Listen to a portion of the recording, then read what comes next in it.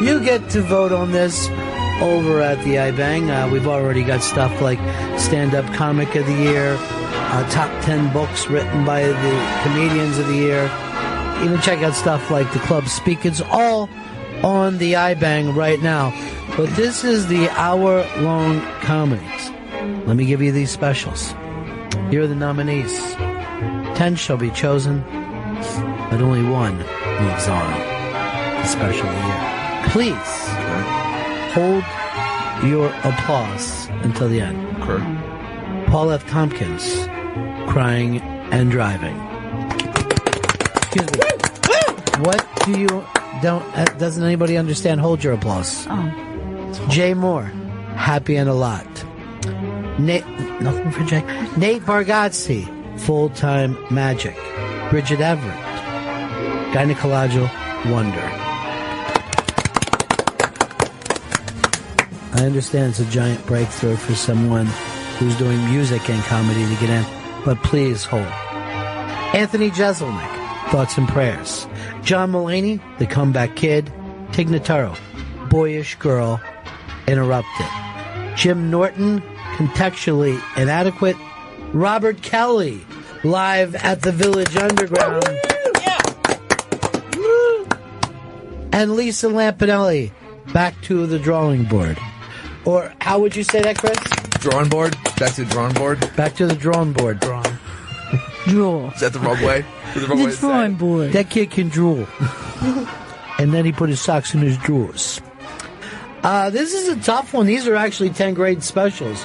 I don't know where to go with this. I'm going to go to Joey first. Who would you pick out of this? Well, for my hour-long special of this year, I don't think it's any contest when you have Bridget Everett on the board. Whoa!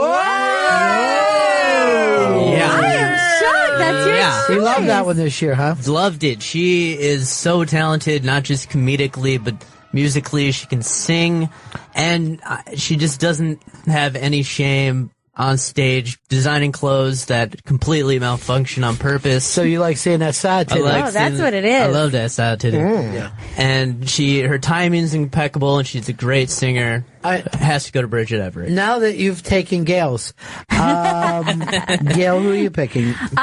You know what? have such a difficult time choosing this category because there were great year, so many good specials, and yes, I did absolutely love Bridget Everett's special, and I think she's phenomenal. But for my pick, I'm going with one of my favorite comedians working today, and that's Paul F. Tompkins. Loved his Crying special. and Driving. His special was so funny, and it's great to just spend time with him, the way he took his time telling each story, because all the stories are really personal, and you know, cringy for him, and so damn funny. I thought he killed that special. It was one of my favorites, and that's saying something, because I've seen some of his, I was witness to one of his, recordings of one of his, albums, and it was, to me, Crying and Driving might be one of his best. I think it is his best, and I told him that when he came in and did the show this year. You could have shot me during this. I could have done my own special called Crying and Laughing, because I was just sitting there laughing my ass off and feeling superior to him. I actually did feel like, for the first time ever, I am better than this well-dressed, incredibly vocal and enunciating guy. I felt good watching that. He's one of my favorite comics working. I like a guy who said I bottomed out, too, and then explain that bottom in a way that you're like, oh, shit, I think I've had similar bottoms. Great comedy specials. You go over to the iBang and vote on this. This is one that you could really throw a dart at. Let's go to you, Vito. My choice is, wait for it, Anthony Jeselnik.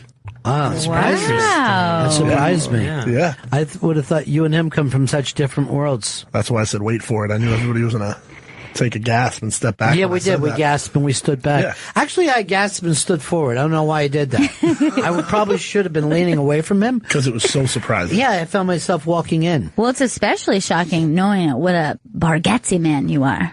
You are. I'm a huge Nate Bargatze guy. Yeah. Everybody's been calling him Mr. Bargatze around here. I actually walked in the building today. Mr. Bargatze is Nate's dad. Call him Vito. All right, let's go over to Chris Stanley. There's one dude that I love, and that man is Mr. Robert Kelly, live at the Village. Oh, man. I am so happy for this one as well, because Robert Kelly is one of the funniest people that I've ever met in my life. And the Unmasked, when he's not being hysterical, he's incredibly sweet. He's all heart. He's the nicest man. Yeah. And it's at the Village Underground. It's a great show. And that's my pick for the hour-long special of the year, Mr. Robert Kelly. I have a tie. Whoa! Never been done before. It's never been done before. And you can make me choose if you want, but I choose not to. Okay. Because I want to get both these names out here. Jim Norton, his special on, I think it's Epics is where he goes. It's Epic, yes. Jim is very, very consistent and one of the quickest people. And then my other one goes to Mr. Jay Moore, Happy and a Lot, which was written by his wife, Nikki Cox, performed by him. And I picked those two because I can't compare them with each other. They're so completely different in tone but all these specials are great this year. Yeah, this was actually a great year for comedy specials. Like, looking at this list, it's really hard to choose. And even the ones that, we didn't mention just now, like, I thought Tig Notaro's special was phenomenal. And that was so difficult to have to follow herself, because her previous special, so many accolades to that, and I thought it was a great response. I'm going to add a third tie to this, because I think Lisa Lampanelli's is transitional, that her next special is going to be even different from everything she's ever done. I think this is her Rubber Soul special, where you're like, oh my God, this is leading to Sgt. Pepper's. But then you go back and go, oh yeah, Rubber Soul's an amazing album. Glad I own it on vinyl. Even my 8-tracks are on vinyl. Oh, that's so cool. I try, I go to this place called Hipster Town. I've been there. Yeah. I think you bagged my groceries for a while. That was me, yeah. So those are the specials all up on the iBang. I think this was more difficult than anything else.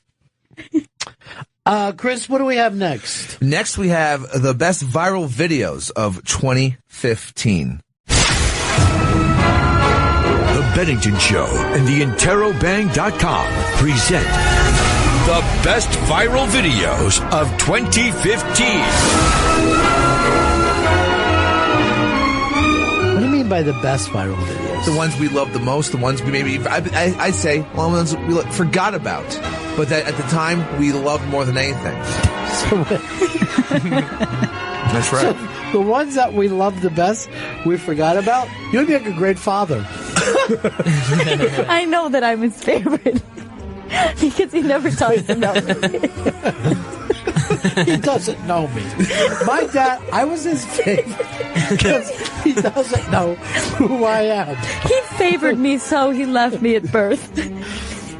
Oh, Chris. That's right. Chris, we grabbing love at little fucking straws, are you? Sometimes, you go through these long lists. You go through the videos that you thought you loved, and then you. Oh my God! No, none of this gets edited either. You leave this stupid shit right where it belongs, coming out of yours dumb pie hole. What did I always tell you guys? Yeah. Let Vito do the talking. All right? Right. He's the word man. Okay. Chatterbox. A lot of people have been calling him Mr. Chatterbox. Yeah. You're wordsmith. All right, Chris, we're not going to sit around and watch each of these videos, right? No, not Why don't you do this? You tell us a video and see if, like a great father, we can even remember it. Kids, the Jersey Tornado play-by-play by the guys in Philly.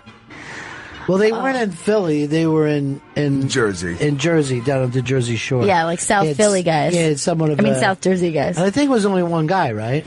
Yeah, so he was yelling. I wish I could remember yelling to her that there was a fucking tornado outside or something like that. Well, let me just hear it.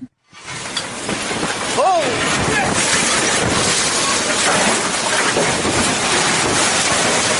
We're in a fucking tornado! We're in a fucking tornado! Just stay right there, Barb. You're good. I think he sounds like Nick Cage. Play that part back again and just picture Nick Cage. Close your eyes. Just stay right there, Barb. He does. It's very Nick Cage. He does sound like Nick Cage there. It's a tornado. That's a tornado, play-by-play, Philly style, bringing it. All his Johns were blowing all over the road there. Where's my Johns at, Barb? That's a John. This is a John. It's all Johns to me. These are my favorite Johns that I've had for years. My collectible Johns. This is a collected John. I've been collecting Johns for probably 25 years now. Now, my first John was this cup. My other John is the shoes that I'm wearing right now. Another John is my cousin. Yes, they're all Johns. Everything's a John. All right, what do we got next, Chris? The Michael Keaton putting his acceptance speech back into his jacket. Not going to watch it. No, too sad. Is that up on the iBang? Yeah, it's up on the iBang. All these are up on the iBang. I remember it well. It's too heartbreaking. I will turn away. I will not watch it. I've heard from different people that they are going to give him the best supporting Oscar this year because they feel so bad about that happening. Like Hollywood itself said, this is a nice man, and he wrote a speech that he had to put back into his jacket. This is the Founders Generation Zapruder film. This is how they're going to treat it. I'd be pissed if he won this year. Why? I want Rock to win. Well, first of all, Rock is a character. Don't care. The actor is Sylvester Stallone, who's played that character 7 times. And he finally got it perfect. Well, why don't we just give it to Hawkeye from MASH? Ooh. Good idea.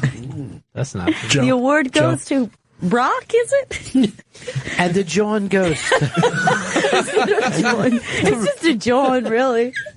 The best supporting John goes to Rocky Balboa, the real person. Rock!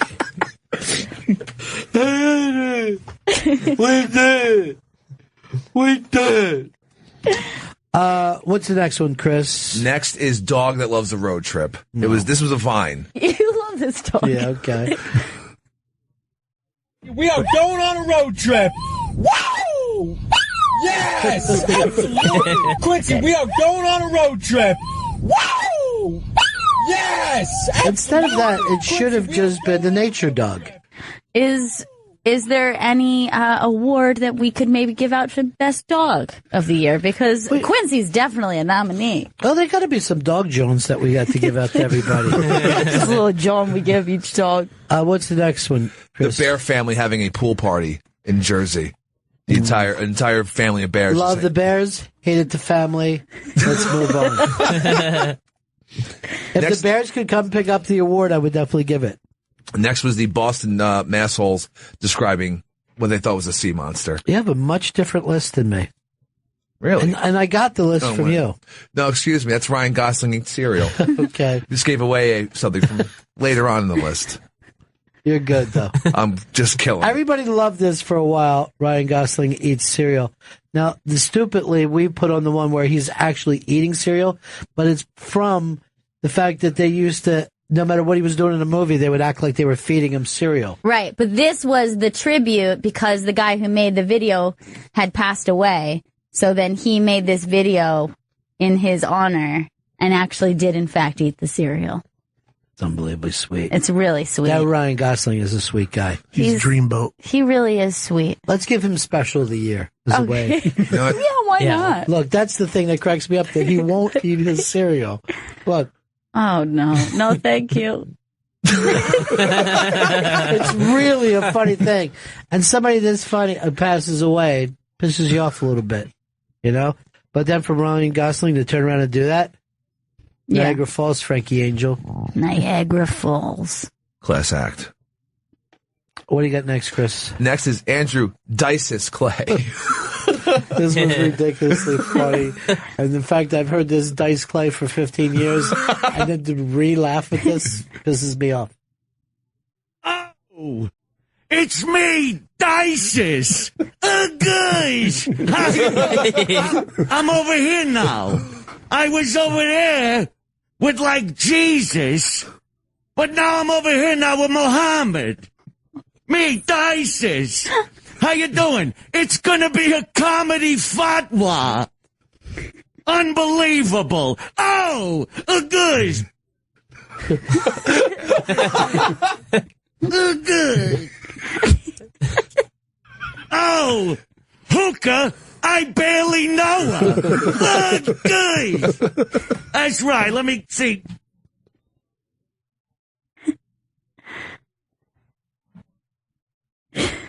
Oh!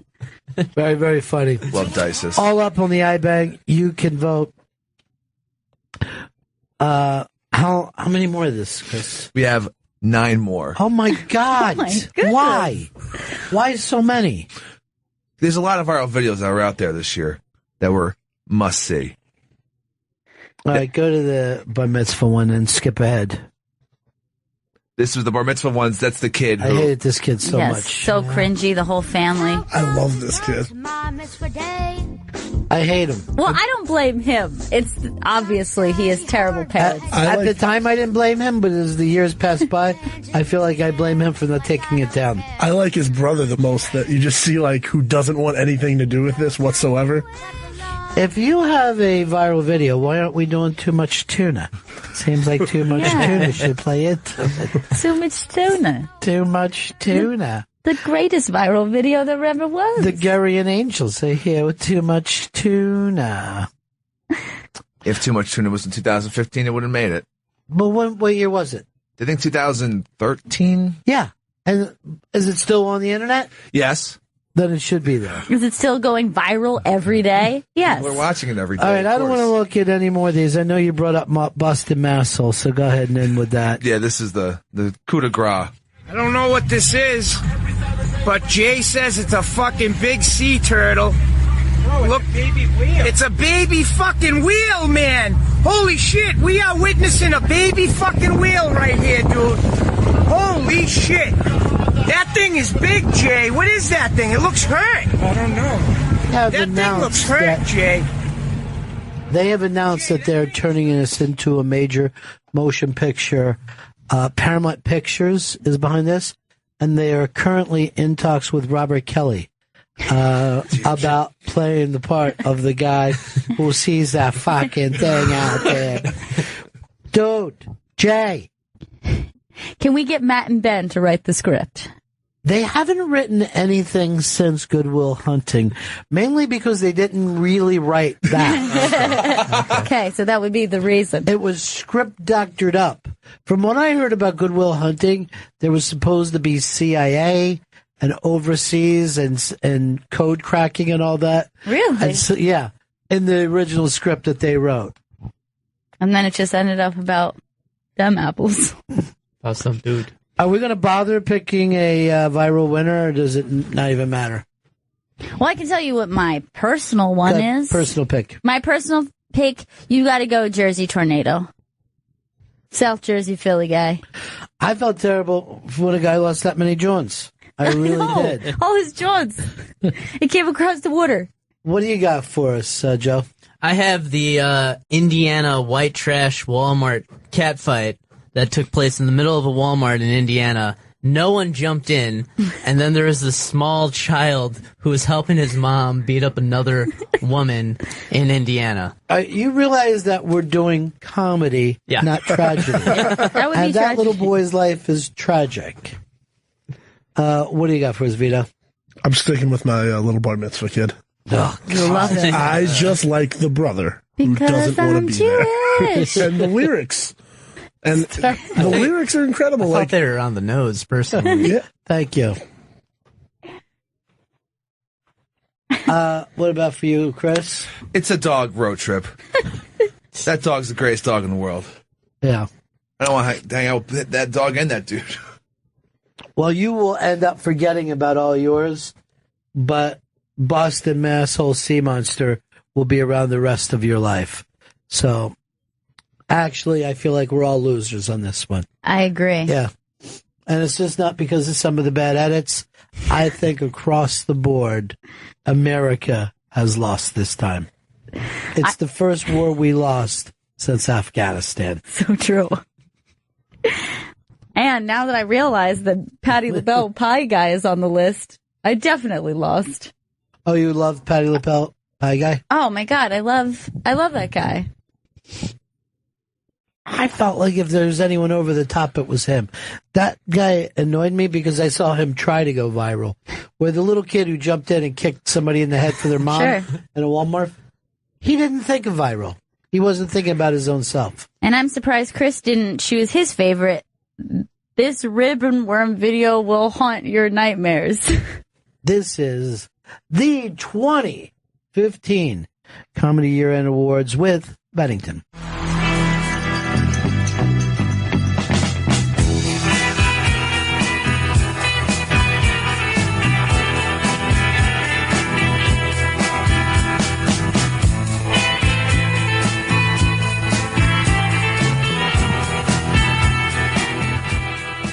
Welcome back to Bennington.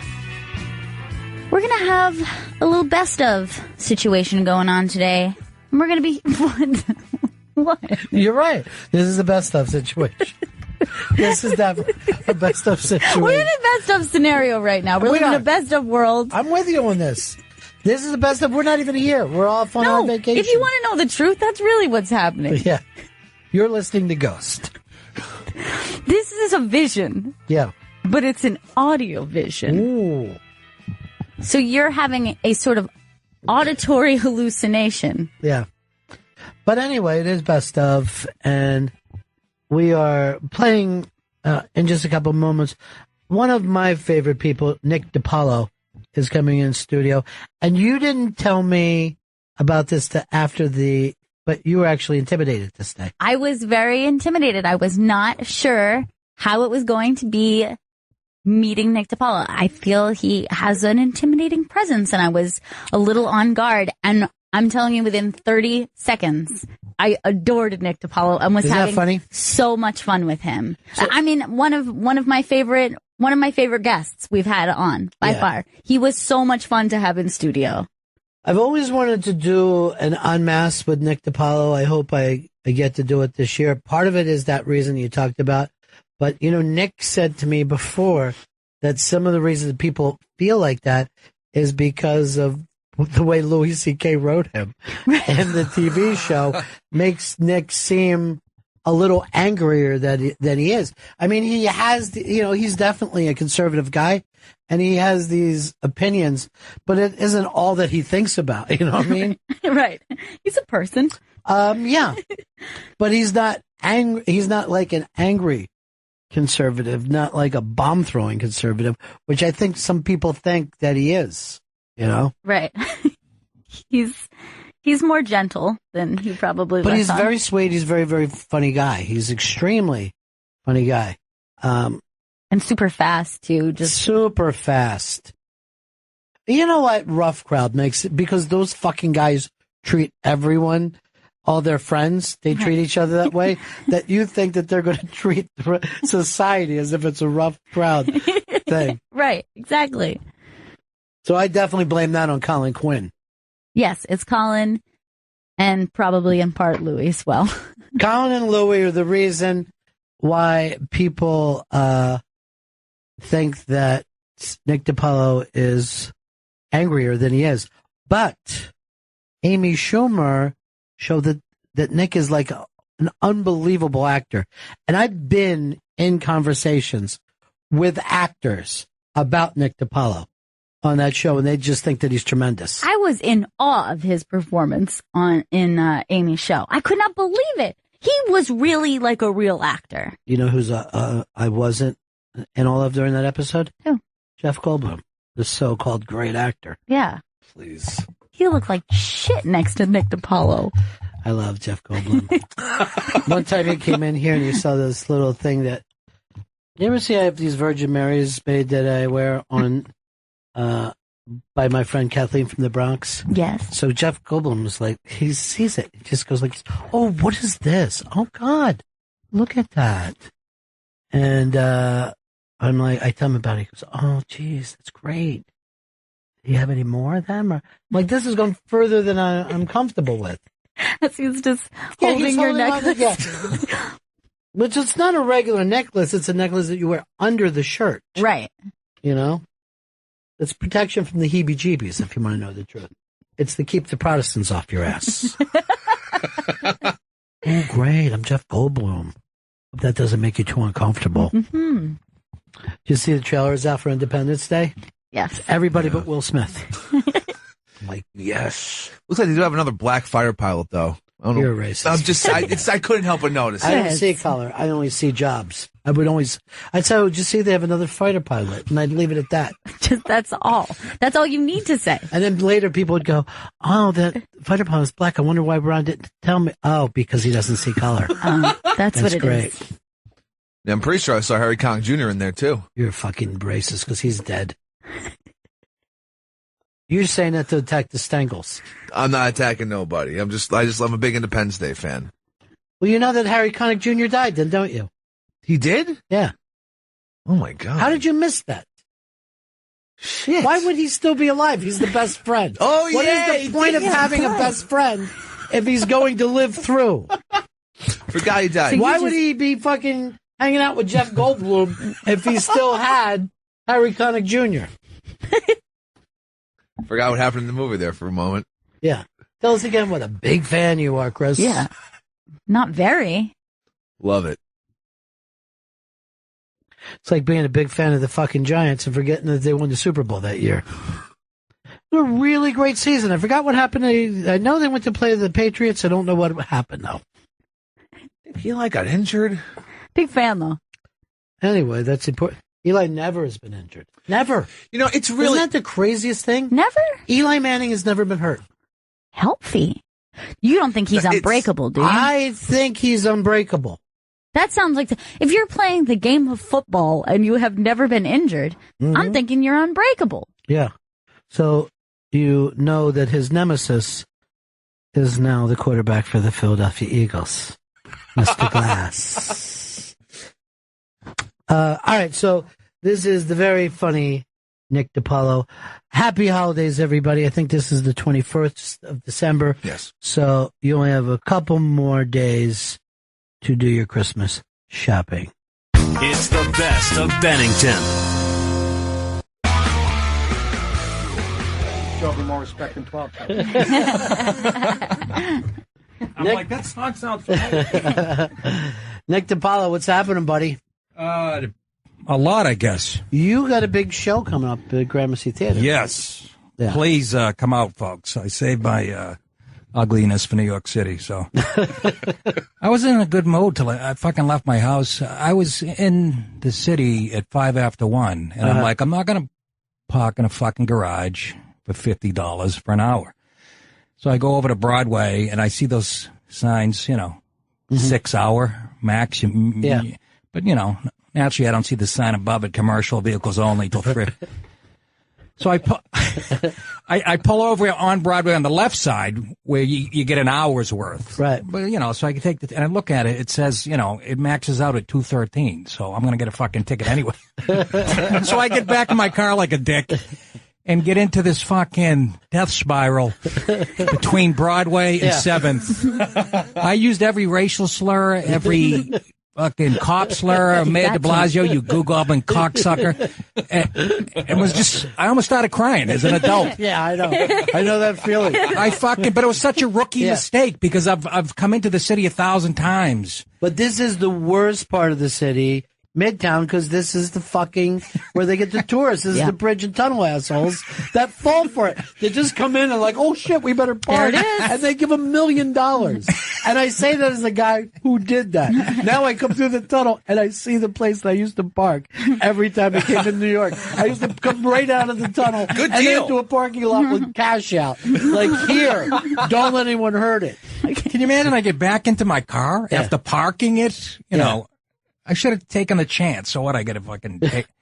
So I end up pulling into a garage. So you went to a garage anyway? And some fucking Middle Eastern dickhead, he goes like this with his hand, tells me to take a right into the garage.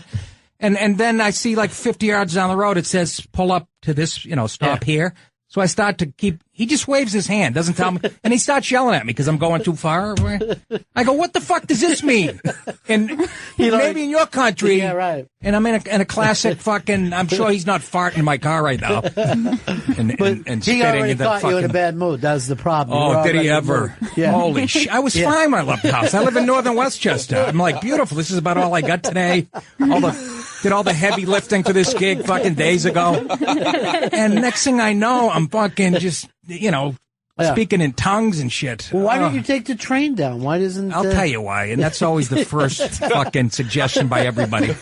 True North. Number one, and I'm American. I love to drive. I like the autonomy of fucking driving. But, I live up in northern Westchester, and there's two train stations. One's like west of me, 4 miles, and the other one's a little east of me. It's about 5 miles. Yeah. So by the time I drive there, fucking park, wait for the fucking train, I could be halfway here in my car. That's true.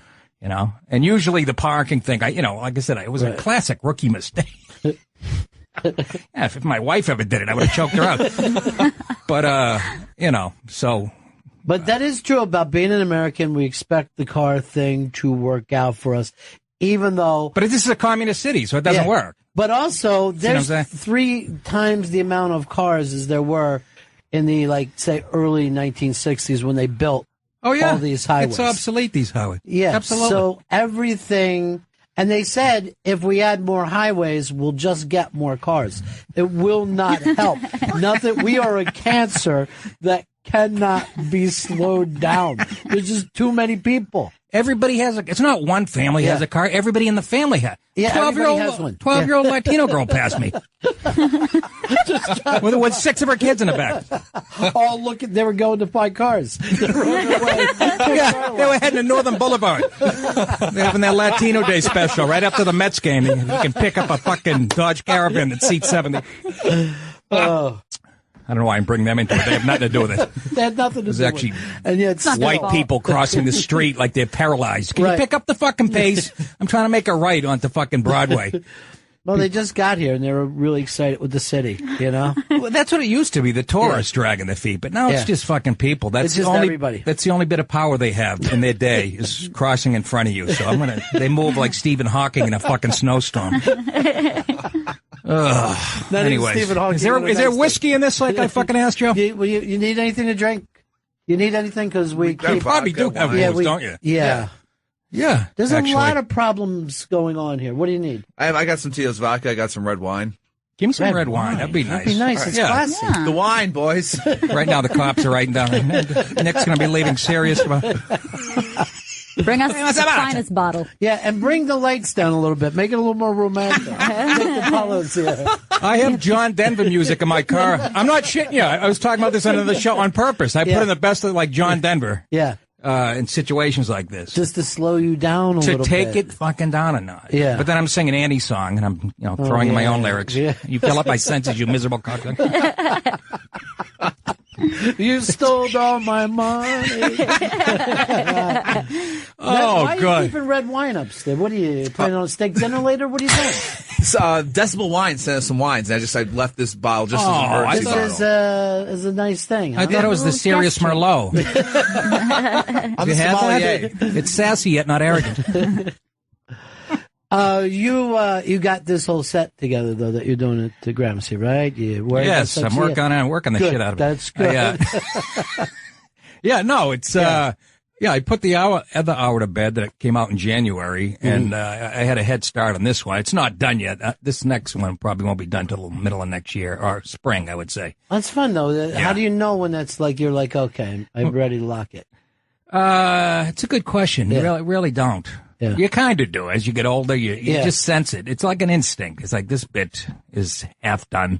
I'm doing a lot, right now I'm doing a lot of half done bits, and then I throw in some 2 minutes of anger to tag on each bit and go, I'll figure that out later. I actually say it to the audience. I go, that shit'll be funny about 6 months if you want a rebate on your tickets, whatever the fuck. Yeah, right now it's just truth. I haven't run it through the comedy machine. That's actually a great way of putting it, Ron. Yeah. It really is. Yeah. People always say that when a big news story happens. How come you haven't talked about the election? I have to let it marinate in my DNA before it comes out funny. Because you would hate to hear what your actual opinion is. Well, yeah. You don't want to hear how you actually feel. Just raw anger. No, exactly. Just read the emails to the club after. You'll find out. He didn't really have any punchlines. He was just being mean. Okay, 12-year-old Asian girl. What were you doing at the club anyway? That's a good point, though. You're a real student. You guys are great together, by the way. Well, you know what?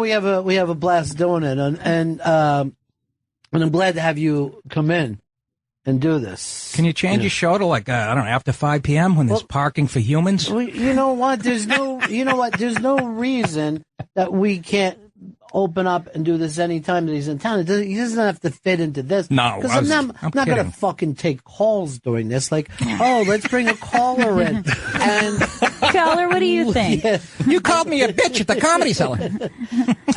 Well, you sent us an email that you basically are part of comedy history for coming up with the table. That was your idea. That is correct. Yeah. Yes, I was living in L.A. and I came back to do the Comedy Cellar. You know, the L.A. thing went great. I had 2 lines on Suddenly Susan and fucking packed that up. Literally, my line to Brooke Shields was, we ate all your salami. I was the guy moving furniture in the scene. And, I did some Grace Under Fires in the news radio and shit. And, but I'm like, enough of this shit. I did enough of it to know I didn't want to sit in a fucking paddy wagon and wait for my 2 lines. So, I come back to the Comedy Cellar. I literally have, my bags in my hand. The first thing I do when I get back into town, this is when I had the eye of the tiger, like a young comic. I go to the Comedy Cellar that night, and I'm waiting to do my set. I'm upstairs in the Olive Tree Cafe, and I'm standing amongst the riffraff at the bar. And Manny comes in. I go, Manny, I fucking love you, but can't you reserve a table in the back or something where we can sit and stuff? And that's why Manny was the best, Yeah. It's not a bad idea. I come in the next night. There's a reserve sign on the table. Yeah. You know what I mean? He loved comics and he took it serious like you do. Yeah, but see, that's and then he charged me for chicken wings. No, he didn't. Never paid for anything there. But that table now has, if you go over to the Algonquin Hotel, they've kept that table where all the writers used to sit and, bust each other's balls. It's basically the same table that we're talking about, just took place in the 1930s.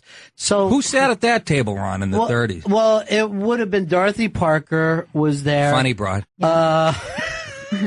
Where's the wine? Is she an actor? It's coming. They're getting a wine opener. What was his name? Thor. I can't think. Svensson? No, it was the humorous. But this table, and it went on about the same amount of time that we're talking, and that's when instead of stand-ups being funny, it was people who wrote magazine articles. Right. They were the people of that day. So it's at the time nobody, it was just a thing that happened. There were also a lot of play critics who their only reason is it's almost like they were roast comics, but they were put in the part of go to the play and rip everyone and write the fucking article. And it was really more about the criticism than it was the play itself, because people all around the country would read the criticism, but not necessarily see the play. So it was basically just a roast that went on for years and years and years. Yeah, well, this table has, me, Greg Rogel, Modi, not exactly Dorothy Parker and fucking Joe Svensson, but, and we just rip other comedians and, No, there's been a lot of great people that sit at that table. And, it became that's where, Tough Crowd was born. Yeah. So Colin was smart enough to sit back while we're all fighting amongst ourselves about politics and go, hey, this would make good TV. And basically that's what he did. He just took his friends on TV. He brought up a topic and let you guys just... Well, it was a little more than that. You're sort of describing Comics Unleashed Right, with Byron Allen, where he goes, I heard you like sneakers. So I heard you were in Vermont last week. Hey, how about writing a segue, dickhead? That fucking show is an embarrassment. I watch that shit. It makes me ashamed to be a comic. Hope he gets this. We'll make sure. I mean, he's a good guy, but oh my God, I wouldn't go on that if they were filming at my kitchen. If they do, that'll be a surprise. Where's the wine? Joe, where's the wine? Somebody stepping on grapes upstairs? We have the wine here. We are just looking for an opener. There's not one wine opener in this. I've seen people pounding wine in this place constantly. We're checking the Just Jenny office. They seem like or the Jenny Hud office. They seem like the type that would have an opener. I just saw Jeff the Drunk throwing up in the lobby. It shouldn't be that wrong show, I realize. Difficult. No, that's all right. We're checking. All right. We'll have it in a few minutes. I used to step on grapes with my grandfather when I was a kid. Did you really? You believe that? How old school Ginzalone is that? How was it? When are grapes done? They're summer? Is it? He grew some. Yeah. We did it in the spring. It was always around Easter when we stepped in the grapes. But he grew some, and he used to buy. A truck would pull up with like 800 boxes. Yeah. My sister Donna fell in with her fucking Easter dress on. It was the funniest thing I ever saw. My brother Greg leaned into her. Yeah. Somebody pushed. Yeah. And who gets slapped? I do. I'm stepping on the grape. But, well, I remember when I was a kid, it was either California or upstate New York. Those were the only real famous vineyards. Yeah. Now you can't go anywhere in the country. Doesn't matter where you are. Arkansas, there's some kind of vineyard tour. Is that right? Yeah, everywhere. It really exploded. Yeah. Okay. And I don't know what took everybody so long or whether something changed in that. Something about a Chardonnay from Minnesota really doesn't tickle my fancy. Have you tried the Al Franken? Yeah. There's a hockey blade. You're from Minnesota, right, Joe? Yeah, actually. Are you really, Joe? Yeah, I love Chardonnay. Now, what's the difference between like you growing up out there and when you moved to New York City? What was the biggest thing you had to adapt to or let go of? Public transportation was the biggest thing to get used to here. Instead or it was of the having your own car? biggest change. Yeah. Everyone drives in Minnesota. Everyone here walks. So everyone drives in every other city. In Chicago, people drive. They have inconvenient lines there. Yeah. Yeah. That's Minnesota. Minneapolis is my favorite city for comedy. Is that right? Acme Comedy Club. And I played the Pantages Theater, and they're great to me there. It's a great city for comedy. No, wait, you don't have a nice, like a wine glass? No. What are we having a freshman I party feel like here? I've really fucked up the show. No. Huh? This is. Can we all have a glass? You know what? I'm coming down from my parking anger high.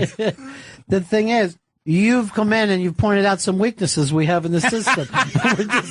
This has been very, very helpful. Yeah, can I call Mayor de Blasio on the hotline? Boy, look at Gail going to the bottle like she didn't have a care in the world. I know. Jesus. Yeah. Nick's performing at the Gramercy Theater in New York City next Saturday, October 17th. No comedy, though. I'm singing and dancing this time. Go to Live doing Nation. math questions. LiveNation.com. Yeah. LiveNation.com for tickets, and on Twitter, it's at Nick DiPaolo. Yeah. That looks delicious. What is that, Ron? That's a Pinot. That's a nice Pinot Noir. Now, Is it really? Yeah. I like a nice Pinot. Is it from New Zealand? It's from New Zealand, Decibel Wines. Yeah. This is I thought it was from San Antonio. Apparently they have it. This is a listener of ours, and brings it over. It's Decibel. Yeah. Clearly. Yeah. He's a listener of yours? Yeah, he's a listener, and he's also, so he goes around and does these tasting things with meals all over. Yeah, really? Just smell it. Where they pair up all the different Decibel wines. Now, he made that this. reminds me of so many mistakes I've made in my life. Yeah. Are you a clean and sober guy, Well, too? to me, when I smelled that, I said, oh, this reminds me of 3 hours before I get a bindle. Well, it's starting. It was never this kind of thing. Oh, that's good. Yeah, was the problem. Nice and Yeah. dry, like I like. Yeah. We should hook him up with you. He'd be. Yeah. You could just mention it, when you're on stage every once in a while. And we'll Absolutely. start shipping it to your house. Maybe we'll do a little marketing thing like Adam Carolla did with his Mangria. A mangria. This is really good. Yeah. This is what I like. Yeah, keep the bottle there, Nick. He doesn't. Oh, I don't want to keep the bottle. He's not one of those guys that likes the bottle. I think there's a law there about some open container of alcohol. And I have the Waze app, so I average about 106 miles an hour on the sawmill. I have both feet on the gas pedal. That thing is a trip. The Waze app. Is that not the best thing, Gail, ever? It's the best. You know where that was created? What's that? Israel. Is that right? Yeah. Well, here's the thing, though. It just melts your phone, though. Like, you got to recharge your phone constantly. I keep it plugged in when I use it. It never stops. And it never stops talking to you. There's a cop coming up. I know. There's an accident over here. It tells you where the potholes are. I brought it into New York City. The lady lost her voice on the recording after 10 minutes. Fucking ridiculous. But, it's terrible. Terrible, the streets right now. I came over the George Washington Bridge on the lower level a couple of weeks ago, and I'm like, this thing is going to give. I mean, we were just going over bumps, and you're above a river. You know, I looked down, I saw a sail. I'm like, this is not. You're right. Yeah. You're right. Yeah. I'm just, yeah, the Waze thing. I went out to L.A. and I just relied on it. Yeah. And, you know, I had lived in L.A. in the mid-'90s, but I hadn't been back. It's all good. The career's gone. And, and I just relied on it. And it was great because, you know, L.A. traffic, it's just where it's like Times Square. I mean, and this thing was taking all these access roads through the hills and shit. Yeah. And it was unbelievable. Well, this is who hates it, people who live in those neighborhoods. Yes, that's like right. They thought they were living in a residential neighborhood, Yes. and they got people trying to make up time. Just coming down the street. They can't get out of their driveway. Gotta get your blinker on for a half hour. Just trying to get to work. I don't give a shit. I have an audition for Pepsi. What's more important? Stupid. I have an audition for Pepsi. The cops don't like it either, Ron. No, LA, of course they because don't. you know people are hunting cops now. Yeah. It tells where they are. So that's what they're doing. They're actually going to find cops. That was the fear. I was told. Thanks, Israel. Well, over there, they're looking for Al Nusra, and you can almost understand it. You know, I don't know which way you lean in that fight, but I'm in show business, so take a guess which way I lean. Yeah, I lean like all the bosses. Yeah, we got to raise money for them. I agree. Yeah. Well, I don't think either party has there's never been anything that unites the two parties like Israel. They all fucking love Israel. And if you go, maybe, is that true? Yeah. They do. The far left hates Israel. No. The way far left. I guess if we're you not get counting so far them? over, you're an Arab. Yeah. But you don't hear a politician making any statements. But like Hollywood Jews love Israel. Yes. You know. Well, then how come like when Scarlett Johansson, went over there and she caught a lot of guff from Hollywood types? Well, I didn't know that. Yeah. Well, you know what? She kind of let herself go a little bit. She had a baby. Her time has come. We focus on 19-year-olds in this country. Yeah. You would be great to do a movie with Jack Nicholson. Yeah. The two of you in a love scene would be a beautiful fantastic. match. Yeah, it's basically like Anthony Cumia was a casting director. Is there anything hotter than a 19-year-old? Oh, seriously. Well, I think you could probably say the same thing. 18-year-old? Yeah, about men, but we don't think that way. Well, I know. That's funny you bring that up. Yeah. When there'll be a young girl on TV, and I'll go, God, she's, and my wife's like, hey, what are you, a fucking pedophile? I go, you gonna tell me you'd rather fuck me now than when you met me 21 years ago? Shut up. Right. Am I right, Gail? Don't you like, Gail, you're young. You like them, but... I like a distinguished man. That's because you're in your 20s, right? Is that because you've been trained that way, though? Or is it the wine? I wonder if we train women in one direction and men in the other. That women are told, this is very attractive. Yeah, that's distinguished, you see, because we want our young girls to find somebody who's established.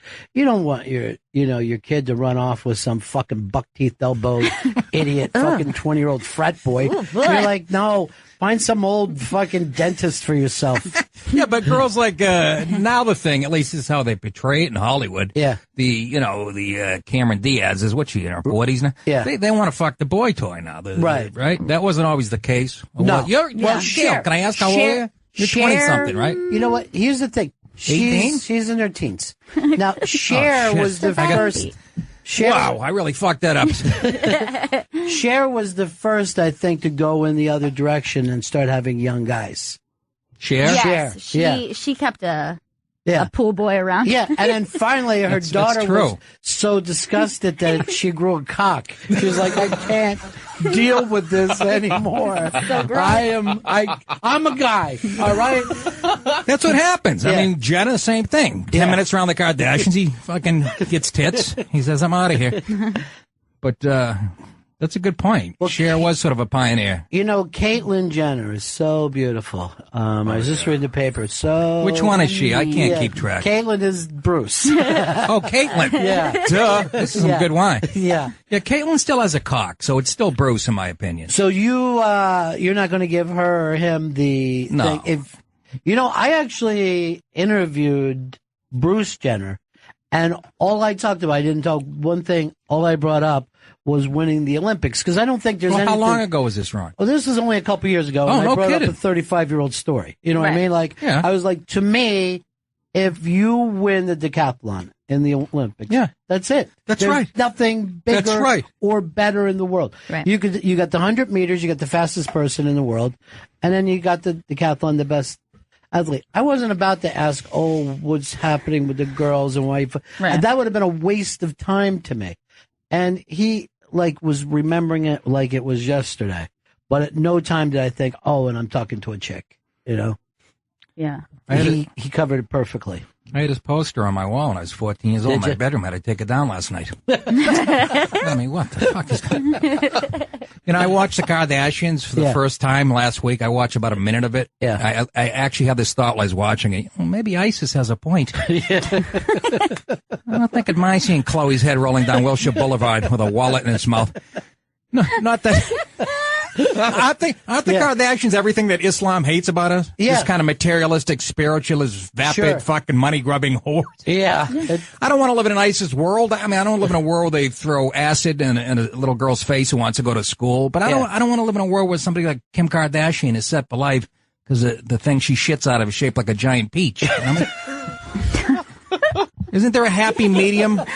Isn't there a happy medium between the two worlds? Can I throw hot cocoa in a little girl's face who has a Kardashian lunchbox? Can we kind of meet in the middle? You want to trim. That's what you want our society just to get a nice trim, not to.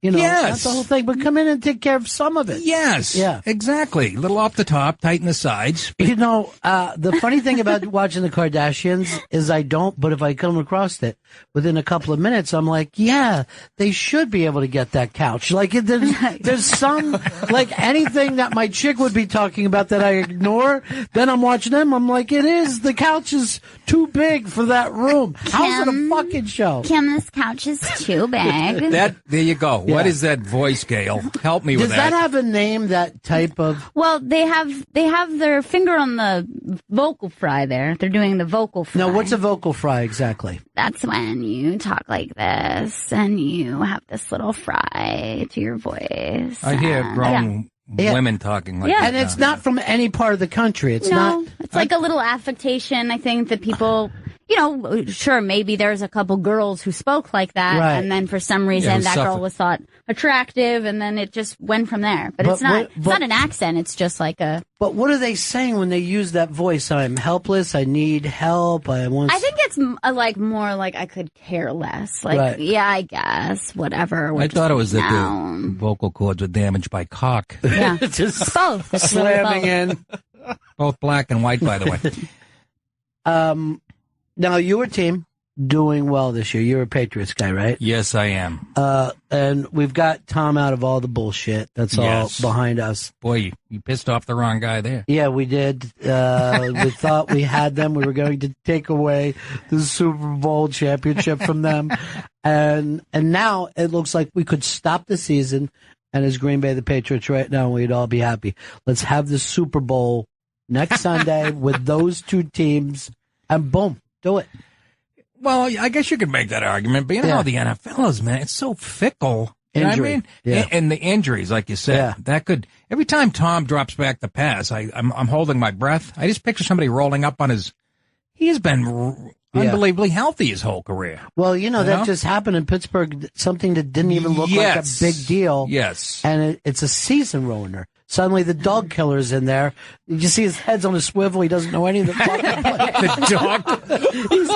He's just fucking dropping back. And you can see his confusion. Like I had no idea I'd be playing. They dog him the playbook. Yeah. It's just just run. You know what you do, Vic. Well, it's almost like Vic had that look like you ever go somewhere with a friend, like his friend's house in some weird neighborhood, and then your friend gets so drunk and you've got to drive home, and he's passed out, and you're like, I remember this. I think I wasn't paying attention. He doesn't know the fucking playbook. Oh. It's so dangerous. And I like Vic. Even after that, even after that horrible, he did his time, and he seems to me, I don't think it's an act. I think he really is changed.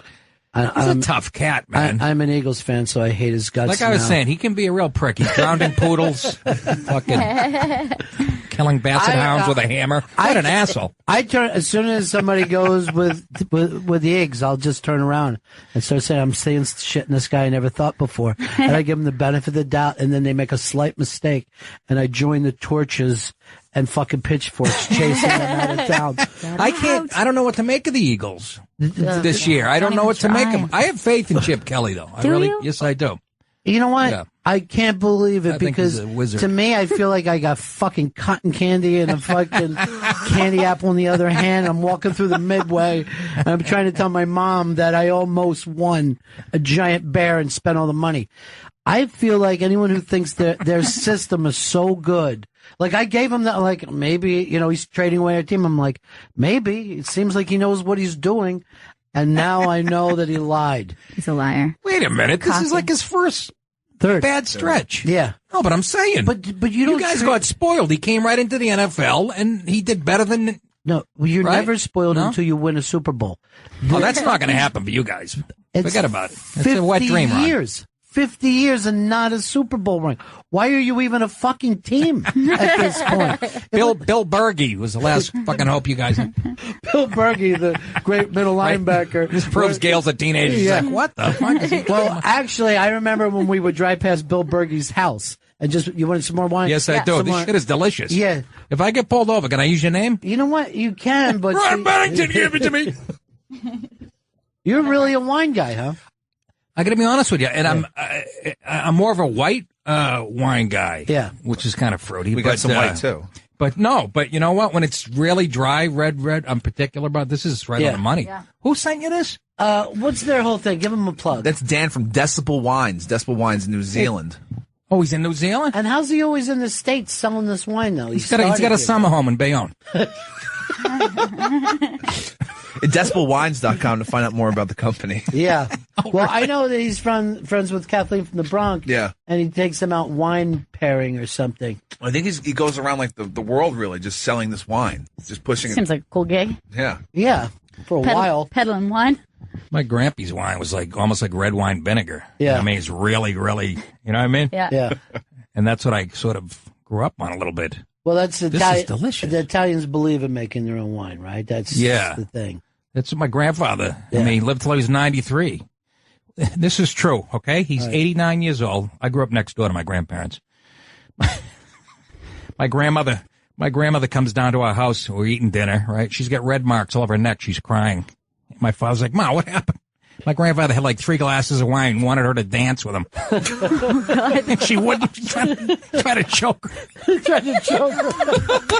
It's the truth, stupid. Yeah. Right? And the funny part is my grandfather was missing these 3 middle fingers on his right hand. He cut them off with a table saw when he was like in his 20s.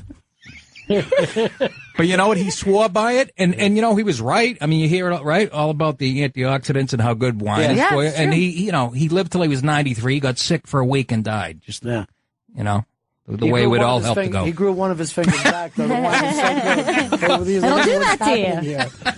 But I think it's so great to make it to 89 before you just finally choke that bitch to death. You want to dance? If I was on the jury of that trial, I would never stop laughing. I'm like, how did you go 60-some years of marriage? Oh, was he Yeah. You talk about old school Guinea. You know, Yeah. I mean, come on. He's born in 1885. Yeah. I'd go to school in the morning. My grandmother would be on one side of the house working in the garden, and my grandfather would be on the other side, and they wouldn't talk to each other from like 7 till 5. Then my grandfather would come around, see what she did, and pull it all up. Oh, Jesus Christ. God. Woo! How's that sit with you, Joe? You like that at all, Joe? Millennium Joe from Minneapolis. I don't know how I feel about that. Are you a millennial? Yeah, I'm a millennial Joe. Sure. You're less than a millennial, right? You're like sub-millennial. I'm just You're a like little- sub-millennial. Just a baby. Yeah. Now, Chris, what would your thing be? No, what do you like? X? I think Generation Y. I just missed the millennials, I believe. Wait, what's Generation Is Y? there a Generation Y? I think there was, or like the computer No, generation. No. This generation is everybody. No. I'm You're telling you, hipster. it's the cusp. You're like the beginning of the millennials. That's what. Oh, okay. I guess I'm a millennial then. All right, but what was I heard a Generation X, but not Y. I thought Generation Y was after Generation X. I've think heard that Generation Y before. Y is what they were calling it for a short time. Generation No, Y. we looked at your is generation and said, why? There you go. hipster. I mean, I would say Pepper's more on the hipster side. Oh, yeah, and then it goes okay. millennials. Old age. Generation Joe, how old Y. are you? You look like Chuck E. Cheese in this place. What are you in a you're a He goes, are you stop it. growing up in a post-hipster world? Is that what you're saying about yourself? Yeah, millennials. I didn't are, know that. The hipsters are about 5 years older than millennials. Is that Yeah. a generation? No, that's not a That's generation. like saying greasers were a generation. Oh, the greatest The best. generation. I call the hipster generation the greatest generation, and I just feel like that's okay. There you go. Greatest generation. Yeah, The greatest The generation. hipsters. Guys who grow goatees out of irony. Compare that to fucking Buzz Aldrin. It's the greatest. The greatest. A man who took a fucking tin can into space. You ever go down and see what that looks like? They have the museum in Florida. You could put 10 of those capsules in this fucking room.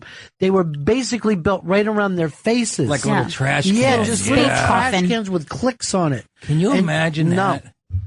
No, all those guys had to weigh about 140. There was no Can you way. imagine? Yeah. And yet we haven't done anything that seems like even as slightly as impressive. These robots they send to Mars are bullshit. Well, you can't You're identify right. with it because it's not a person. Yeah. You know, I mean, like, I'm sure it takes a lot of technology to get there. But if a person was standing there, not a robot, we'd be freaking out. And now I think he's right. The robots are bullshit. But now we get refugees from Syria who pack them alive. Yeah, we got them. Look at those. Up and things. away. That's What great. is that? It looks That's it. That's the Mercury. bullshit. Yeah. But get out of here. That's the top of it. bullshit. That's what they came back in. No, that's a fucking smoker that you make ribs in. I saw that on Diners, Drive-Ins, and Dives. Look at that. That's what they went up in? Yeah. Are you shitting me? Well, that's It's like basic- Oprah's yeah. IUD. And where's that at, Chris? Who's the guy fucking around with it? Because that obviously has come back. Is it? You know, that's not when they were leaving. They Is had the it guy on the top working of on a it? rocket. Yeah. It looks like they're on a ship of some sort. Oh, they used to take those guys and stick them behind glass for 2 weeks because they were worried they came back with space disease. Yeah. So they would just be waving through this thing like, okay, we'll see it in a couple weeks. Yeah. It was amazing. Yeah, we let people in from all these third world countries without even papers. Next thing you know, they're serving me a burger at Wendy's. Fucking mother just died of Ebola. He's like, "You want cheese on that?" Yeah, that wine has a kick. Uh-huh, sure That wine does. has a real kick. Decibel wine. Please, Evan, trust me. I'm a jack and fucking water guy. This is just I'm on vacation, after this. Oh, is that right? Yes. Nice. This is Kicking the it last thing off. I had to do. Yeah. And now you're taking a little vacation until your gig. Chris is employing Yes, it up I there. am. What's happening at the Gramercy Theater next Saturday, October 17th? Go to livenation.com for tickets, and on Twitter it's at Nick DiPaolo. Yeah, pound that out. Yeah. Because it's tough in the city to sell. Sure it is. I mean, they have a lot of options. They Yeah. can go watch some lady lactate into a champagne glass for a quarter. Yep. Well, you said you've been doing the rounds. What else shows have you been doing? All the stuff in this building. Yeah, just... it all happens in the same building now. I we know. used to travel around. No more. It's down the hall now. Yeah. It all is under some. This is exactly what would have happened if the Nazis would have won anyway. You would have gotten to this thing where everybody worked for just one company.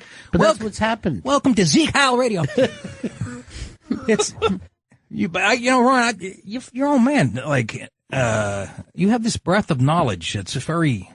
Is that right? Yeah, about a lot of stuff, man. Yeah. You know that guy Doug McIntyre, that radio show? He's on late at night. You know what I'm talking about? Not at all. Looking at him like you had a fight my with him. knowledge has stopped completely. Where's he do radio? He used to be on like WABC at midnight. Okay. He's been around a long time. But you remind me of you so much about so many subjects. Well, it really makes for great radio, and I see why you blast it. Well, and Gail here is a little precocious too. For She her age. is. I'm quite Right? precocious. But here's the thing: we got nothing else to do. There's nothing else that fills my day up. Yeah. Besides stuff like that. And for a But that's how 12-year-old, it should you know, be, right? Yeah. it's very exciting. Yeah. I love that you brought her in. She's, yeah. When I first heard it, I'm like, oh, this is going to suck. What is this broad Thank know? you. And then I'm listening. I'm like, Jesus Christ, she knows more than I'll ever know. Fucking Ron actually took care of this child. This was horrible. Well, then, you know, I never even bring this up, but Stanley's actually my other kid. And I Thank you don't do for- that because it was with a different mother. Right. Finally, Is that right? You know, I yesterday. was going to bring up Chris. I just didn't have time. He had a suit on yesterday. Yeah. And suit? today he's back to sloppy fucking. He had to go to court. What did you yesterday. do, Chris? No, I had a deposition. Remember the steam pipe exploding like 10 years ago? Yeah. My mother Of was course caught. I was working on it. Oh my God. I shouldn't be talking to him. Me and a guy from Portugal in dress pants who were in an 8-foot ditch. Ever go by construction? I used to do that in high school. You working with guys? Yeah. You know, those foreign guys, they had like dress shirts on. Yeah. And dress pants. They're in dress shoes working a fucking 20-pound job. So what happened? She was caught up in the explosion and was injured, broke both of her legs. And then, so this has been like 8 years later with the lawsuit against Con Ed. So it's been an 8 year Was this the one that like blew up the restaurant? Oh, yeah, restaurant was destroyed. Some other guy got like 80% of his body burned. How was the other 20%? I think it was okay. Okay, Like good. solid. Like solid, healthy Well, skin. here's the thing. You said that like a real lawyer, right? Yeah. Did she hear it from 3 blocks away and then come over and do a slip and fall? No, Is that what she happened? did not. That did not She happen. went in. How did she? Yeah, I've seen that. Everybody's seen that clip. Dove on the pipe. The heavy-set minority woman tripping over a box of Tide. Yeah. What happened? Your mother broke her legs? The people running from the explosion trampled her. Oh. It was like a hip hop concert. Here I thought Almost. the sidewalk exploded. Near her. So she actually got trampled. Yeah, trampled by the people thinking it was, Is that right? So Yeah. who's she suing exactly? The Con trampling? Ed. Con Ed. For creating the situation. The madness. Yeah, that where he Now, trampled. she's no longer alive. Yeah, she passed away. Who, did your mom did? Yeah. Oh, I'm sorry about that. Thanks, Nick. I'm fucking shitting all over. Can I get another glass of wine? Yeah. No, I'm kidding. No, you can have a little more. You Yeah. can just have a little more. I'm Just kidding. 2 I still have fingers. a half a glass. 2 fingers. Top it off. 2 fingers. That comes after the wine. No, she passed away because of her injuries. Yeah, it certainly did not help her being all screwed up. And she lost her job through it. And just pretty much her life fell apart. And Honest ultimately to led her God. death. Yeah. Sorry. That's horrible. Yeah. So that's why they give Chris $700 and I'll straighten everything out. We're prepared to give you $700 American. I'll take it. Done. You're saying they're not euros? This is great. That money I got for my mother's death, I spent it on LL Bean stuff. Yeah. No matter how much money they give him, That's fucking. it'll be gone fast. Wait for it. Tax free. Oh, yeah, tax free. Yeah. Is it tax free? Ooh, that's like $766. I've heard that it was tax free. But then how much you owe your lawyer? I think 30? 10% or something. 10%? Something like that, yeah. That's a good deal. Right? Because he must be a bad lawyer. Because a lot of times those guys will take a third to a half. Is that right? Yeah. For accident, they know it's all bullshit. Is that true? It's accident stuff, yeah. They'll set you up with the doctors and everything. Yeah, I'm suing some company for my pelvic mesh rusted. It's a problem. Yeah, there's a I problem. made a basketball hoop for my nephews out of my mother's pelvic mesh. Joe, what's going on in the other room? I'm in here laughing and I'm saying you're fighting in there. What the fuck? What's happening? He's fighting with a Mets fan. Well, Vito, he wants to do another street meet beats today. This is what he's trying to pitch me. Yes. All right, so you want to do a Periscope after the show. Is that it? Yeah, he wants to do it with a guest. A certain guest. No, he can't come in and... Bob Dylan is not coming until like 4:30. Yeah, you're not going to come here and take a big, giant comedy legend like this. Yes. He's got things to do. Yes. He's not going to go off on Periscope. It's basically, Nick, he's saying, oh, I want Nick to come out. I've got 2 fucking Dixie cups and a string, and I'm talking to my friends across. This is a giant comedy legend. We know. I was telling. Good. I saw Good. the arms going back and forth. Good. It's the correct thing to say. I love when they call me a legend. I go, what the fuck does that make my old roommate, Louis C.K.? He's moved That's on. a legend. Yeah, he's moved on. But you know Billy Burr. Who else you couldn't call Who I legend love. is Joan. She hated it. She would she didn't want Who, Joan Jett? No, Joan Rivers. Oh, she Joan loves Jett loves being it. Yeah, called a legend. yeah. She loves rock and roll too. I don't know why. And but, pussy, I heard. Yeah. But here's the thing. How old is the song that you're putting a dime into in the jukebox? If you fucking put a dime in the jukebox, is it just staying at the bottom, Joan? And We're then not put getting another that. dime and then another dime. And I need that dime for the phone. I'm going to drop a dime on you kids. That's a good point. Yeah. Nick DiPaolo's in studio. I know. I'm looking right at him. He's also Oh, okay. You mean for the plug? That's a great idea. well, plugs. Yeah. He's performing at the Gramercy Theater in New York City next Saturday, October 17th. Go to livenation.com for tickets, and on Twitter it's at Nick DiPaolo. And if Vito's you're leaving mad. what? He's leaving mad because Beat it, Vito. get out. Vito's, Beat it. that's that Vito. Yeah. A lot of Mets fans are like you, O&A, Yeah. and the radio. A lot of Mets hats and a lot of. Well, yeah, they come out of the woodwork during this time. You know what I mean? Like, no one brings up the Mets. And then they go into the playoffs, and people are like, when I was a kid, Tom Seaver. I'm like, now? You're going to fucking bring this up? Never heard you During the say that playoffs? before. For the last 8 years, you never mentioned it. I remember sitting on my grandfather's lap. Tom Seaver was like, You're lying. okay. You're lying. I got you. Where, you're a Yankees fan, right? Yeah, that's right. It's been a long time since 2009. 2009. This is incredibly long for a Yankee. And it's been 2 years since they got to the playoffs. This is the first time in 3 years. 2009, the fucking trainers were doing roids. Yeah, that's true. Great. It was a great team. Everybody on that team. I loved them. Where's Chris from? You're a Queens guy, I'm right? Queens. Oh, Sorry. You should be a Mets Queens. fan. Yeah. I hate when I meet somebody from like Dallas. I'm a Yankees fan. I hate that, front running cocksucker. Go I back to know. Dallas. Yeah, I know someone from Brooklyn who's a Cowboys fan. It doesn't make, none of that shit makes sense. Yeah, Keith Robinson's a big Cowboys, and he's a Philly guy. Yeah, well, see, there's always people like when Monday Night Football, the 70s teams, if you were little during that time, you liked anybody with a fucking shiny helmet that won. This fucking guy Yeah. is so right on the money. That's exactly right. I'm guessing Keith Robinson had like a lamp made out of a Cowboys helmet that his mother got him at Walmart. He just stared at it. Yeah. I like it.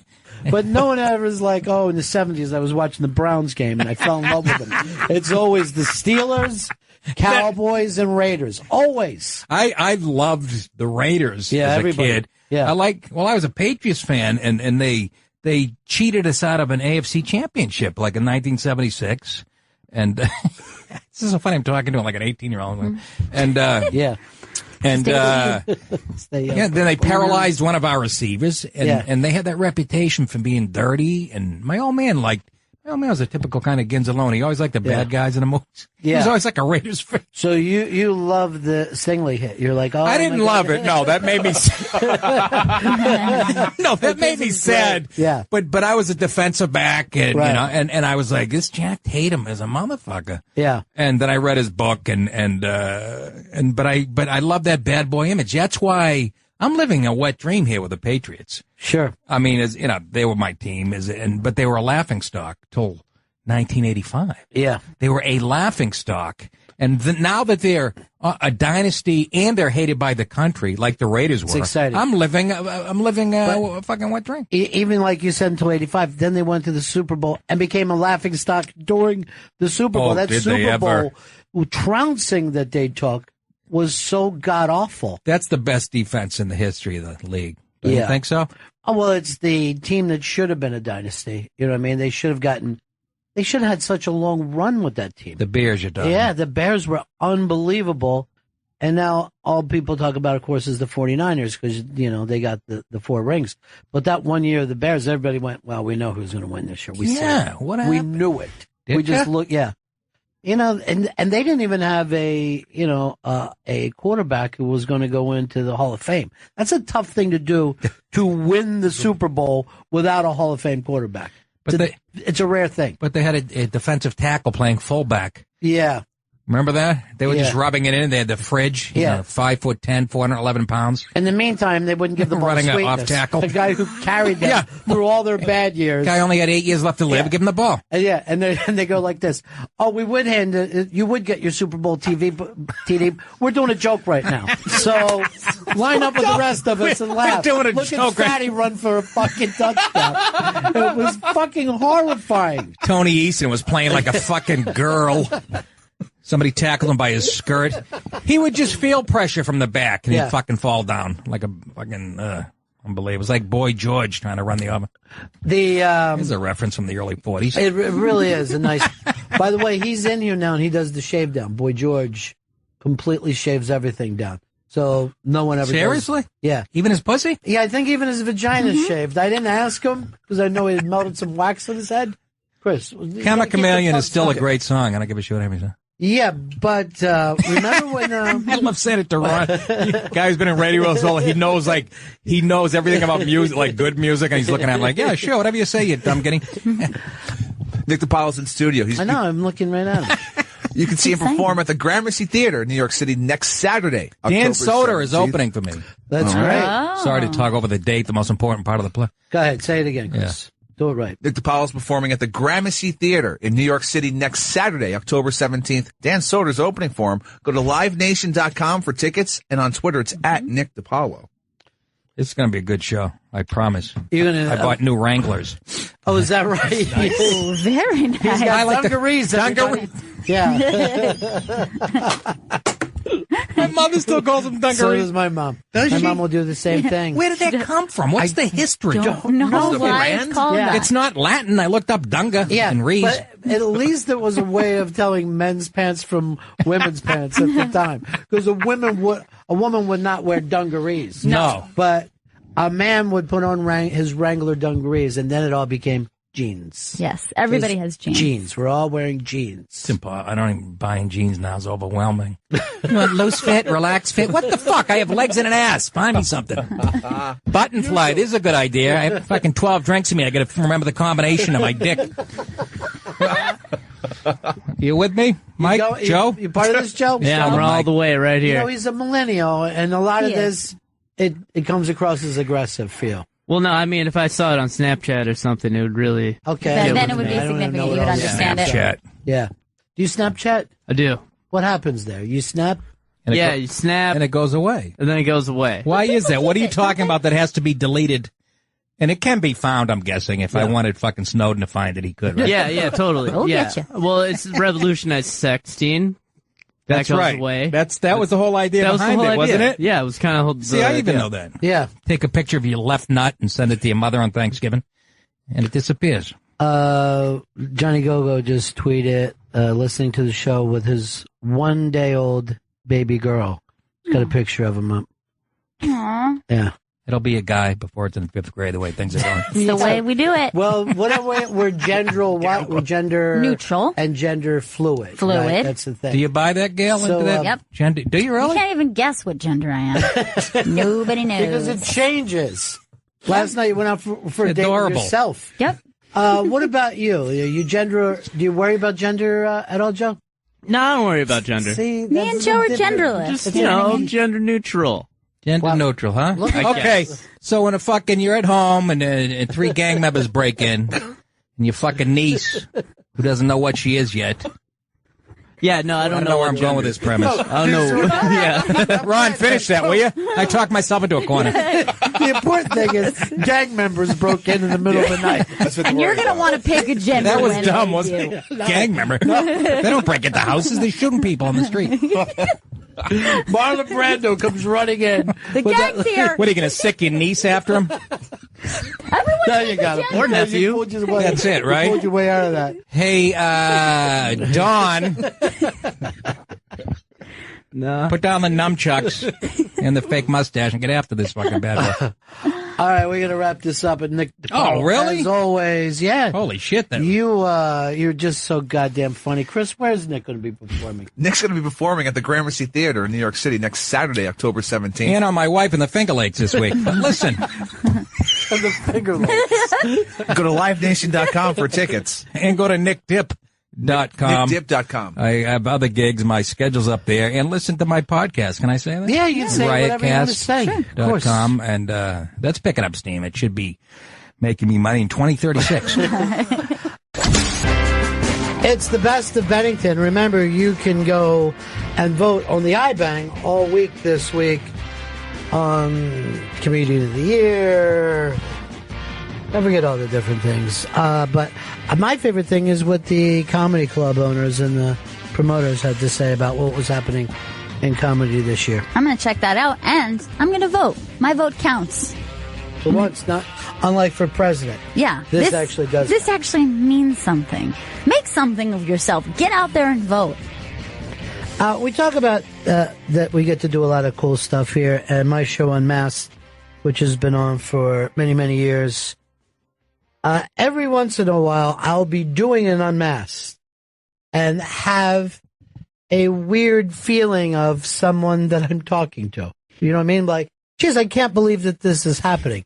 And it's normally people that were big when I was a kid. So Alan Alda, there was a point where I'm sitting here with Hawkeye. Henry Winkler, I'm sitting here, talking to the Fonz, who was such a gigantic star. There's no way that you guys would even be able to understand how big Fonzie was. But the Unmasked that we're about to play, sitting there with Dan Aykroyd, not even a Ghostbuster, even the fact that it was the first cast of SNL, which is like, for me, is almost like meeting a Beatle, but the fact that he was John Belushi's best friend, you know what I mean?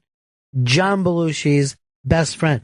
If I told you how much Belushi meant to me when I was a kid, I would almost be embarrassing. You know what I mean? I just fucking loved him. I loved John Belushi. And John Belushi loved Aykroyd. You know what I mean? He was crazy about Dan Aykroyd. So the two different times I've interviewed him, it's gotten around to Belushi, and I've done the embarrassing thing of wanting to share with him how hurt I was to lose John, with the guy that probably hurt more than anyone else other than an actual blood family member. Because you can't help it. And even after all these years, people they say to Dan all the time, I love Belushi. And Dan is always gracious about it. But you can see in his eyes that he looks like he lost Belushi this morning. You know what I mean? That when it comes up, that connection. Because not only would that was his best friend, but the amount of work that never got done by these two guys, because they really were comedic partners, this would have went on for a long time and either grown into something better or grown into something that, this isn't working. But Belushi would have been Peter Venkman. It wouldn't have been Bill Murray. Right. We're living in an alternative comedy universe because John Belushi died. And I bring that up not to take away from how I feel about Aykroyd, but he's also responsible for this other comedy connection that we have to this genius. And he carries it so well. It's got to be difficult, Yeah, well, then it becomes your responsibility in a way to keep that person's legacy alive because you're keeping them in the conversation. So that's a very heavy thing. But I think it's so sweet that you say that he's always ready to connect to somebody. He's always gracious because he understands, And I've told him, I think this comes up again in the Unmasked. I think I've told him every time that when Belushi died, my mom checked on me twice. Like, hey, buddy, you okay? I know you feel bad. Just wanted to see. And I'm like, did she think I was going to hang myself? But I really was sit in the dark, sad over it. And literally when I went and read that shitty book, Wired, I went into literally almost like a depression. I felt so bad. And then it had to be people in John's life to come back and go, this guy fucking blew it. He was, his life was more fun than your life. He wasn't as tortured. You know what I mean? He died, but he wasn't tortured every day of his life. And then I felt better about it. Anyway, I get off for the career of Dan Aykroyd is so massive that you don't even have to add into the Belushi work. But then when you think of that, and just if that was the only work that those guys ever did was together, it would still be comedy life-changing. Just terrific to sit down. This is Unmasked, Mr. Dan Aykroyd.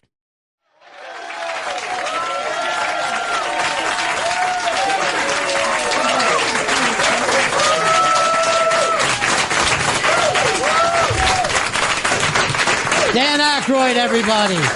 Thank you, sir. Thank you.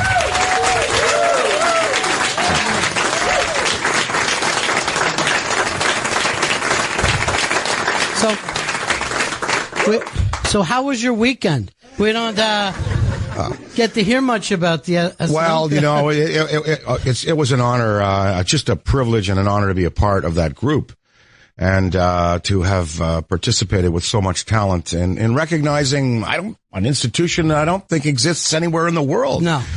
40 years of consistent humor and satire and talent and breakout talent over the years. I mean, I don't know, any other institution in entertainment that has that longevity and that endurance and has maintained the quality. Well, it's been phenomenal, but the way to see the funniest people of the last 40 years look back at the first cast is phenomenal to see, that you guys, that first cast, are the Beatles. And everybody found that is going like, well, what would the Beatles do right now? Well, we were the shoulders that everybody stood on, but look what they continued. Look at the legacy, and the work that's been done in the last, just 5 years even. And then the whole, when Chris Kattan was there, that whole cast was wonderful. And Farrell and Phil Hartman and, all the people that I loved to watch after I'd left, really held the quality up, and the absurdity in the writing and, the commercials, the satire. Sure, we started it, but, it takes great players to continue, just like a sports team. Sure. Great quarterback every few seasons. But what a gift that must be to have in your life, to be able to go back there. And it's like going back to college or high school, and seeing the halls and the old teachers and remembering the ones who were there and the ones who are not. And, that is the thing, that you cannot look back at that show without thinking about the people who aren't there anymore. Any institution. But particularly, to look at that, and it makes you remiss those people. When they had the reminiscences there at the end, I thought, of course, about Johnny, and then my friend Tom Davis. We wrote so much stuff. He was fun. Brilliant, he was a sweet guy. Yeah.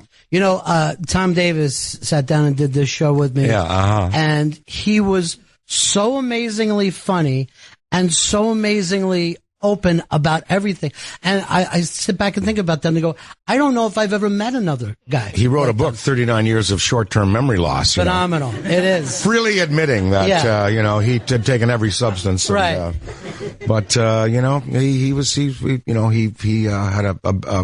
a demise that wasn't too painful, but, went out too early. Oh, absolutely. And he, of course, loved you and admired you so much. Oh, we had a lot of fun. In the book. But missing John that night and missing Gilda. But again, how many people are still remember? I mean, their bits are known by children today. Who may grow up and become improvisers and writers and producers and may go on to their own careers. And if that's what we've inspired, then it's all been worth it just for that. Eh? Fantastic. It is it's a great legacy. But, you had your life pretty well wired before you even went and did Saturday Night Live. I mean, you were doing improv. Good life. Yeah. You had a rock club. You had a lot going on. Well, I had my little speakeasy there, my little after hours club. I had a radio commercial business with Dave Thomas. I was at Second City. And I was on a series at CBC, a kids show. Mm-hmm. And I had a nice life up there. But, when Lauren offered the opportunity to come and audition once, twice, thrice, 4 times, 5 times, I did all 4 or 5 auditions and then waited for the call. And then, even then, he wasn't sure because I had met John before that, and John and I came to town together here, and Lauren was a little hesitant, He's already, these guys are coming right in and they already have something cooked up. So, but he decided to go for it. I think it was Gilda, Franken, and Davis that talked Lauren into hiring me. Boy, he couldn't have been more right about you and Belushi, too. That's the funny thing. We provided some grief there, but we gave him what ultimately he needed, Just when that show started, did you expect Stardom to come out of it? Did you expect a hit show? Wasn't really looking for that. Was really looking for kind of just a regular writing gig that would go week to week, and hopefully an enduring program that we could all participate in. And I mean, I never thought it would go longer than 10 years. No one did, but now here we're at 40, so could be another 10 years. When did you think, okay, this thing is working, this is going to work out? The first night.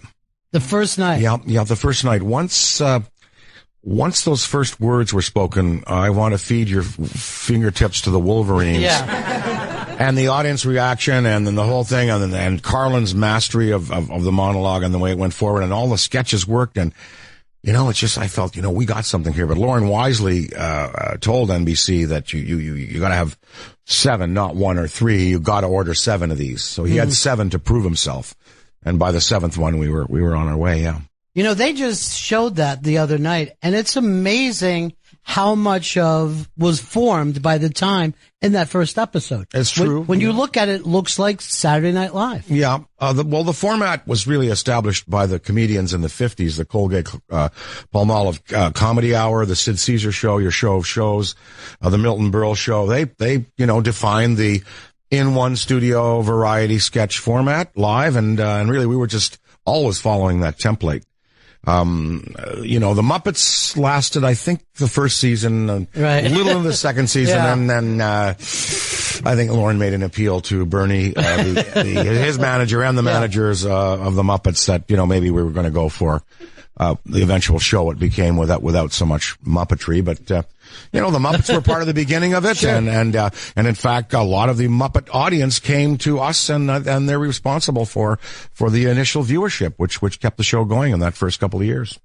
It's you had Albert Brooks doing films, and you look at the show now, and there's always a film in it somewhere.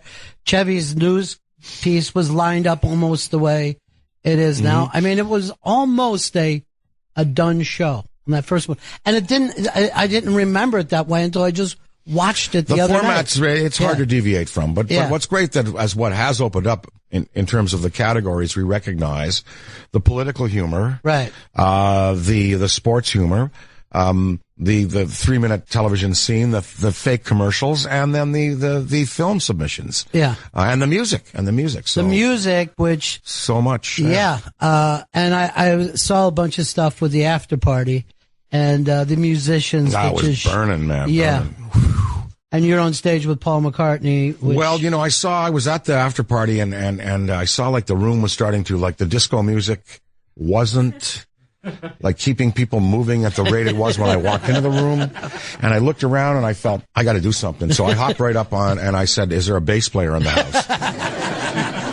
He comes up, and then I brought Elvis Perkins up. Some of you may know him, this wonderful artist, a songwriter and singer who's got his own following now in the world. And I brought him up for rhythm guitar. Mark Shaman came up. Okay, now and then Jimmy come on, and then we went into Born in Chicago, and then Jimmy heard Roadhouse Blues and we sang that. Then I brought it back down to Born in Chicago, ended that, and Taylor Swift was there, and she was about to do her own song, and there was some confusion, and I said, "Well, you're here with us now. Let's do this one first." And then we went into the Beatles tune, saw her standing there with breaks all around. My friend Paul Allen, who not only besides owning the Seahawks, founding Microsoft, and funding brain and research and saving basically, 10 million trees on the planet, is also one of the wickedest guitar players alive.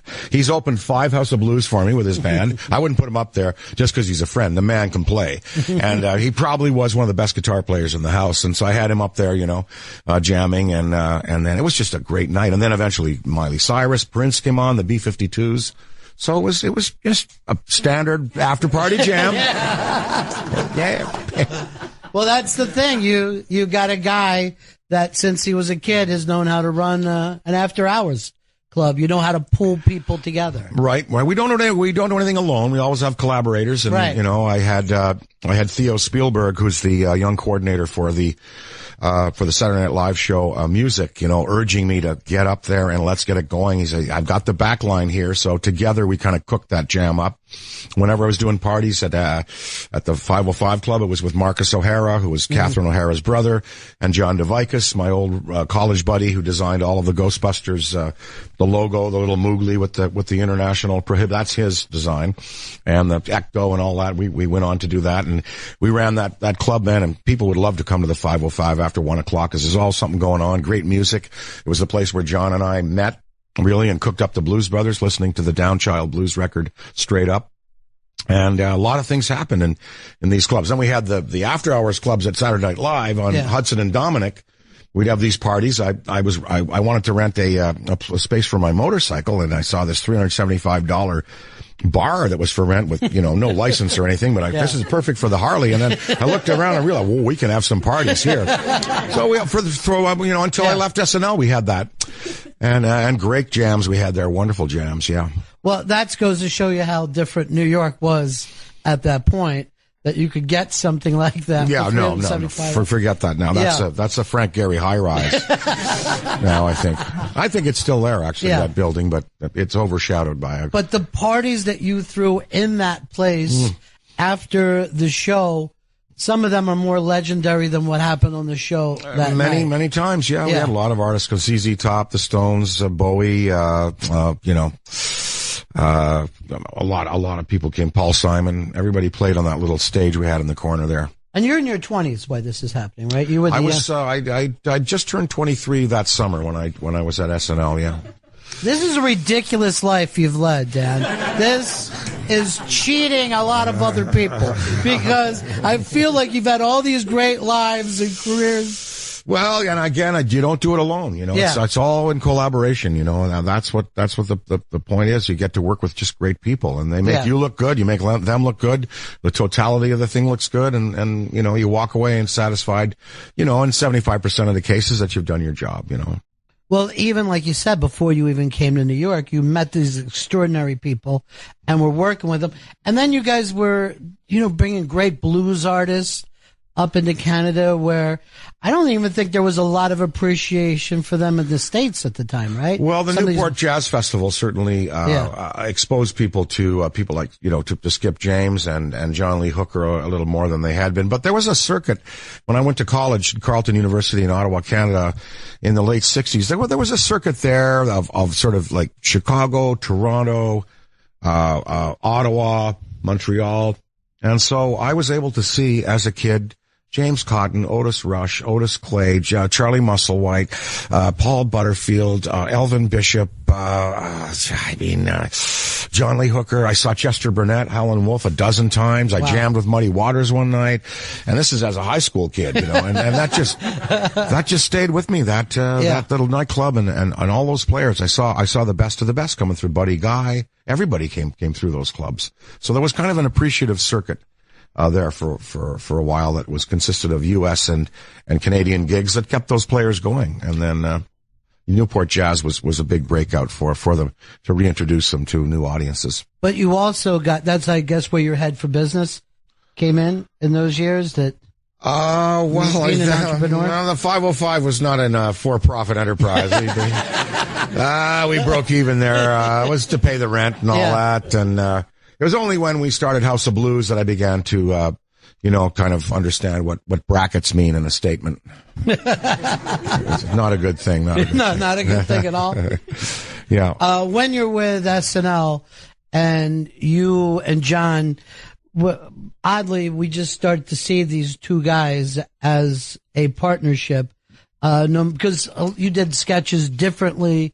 We thought of ourselves as a partnership, certainly for the Blues Brothers and other things we did. But John was he was a solo superstar. I mean, he was always going to do his own thing, and we felt we could fuse our relationships, kind of like Franco and Seth Rogen, Right. If you looked at them today, they do separate things, but that together they're great as a team, but they're not reliant upon each other.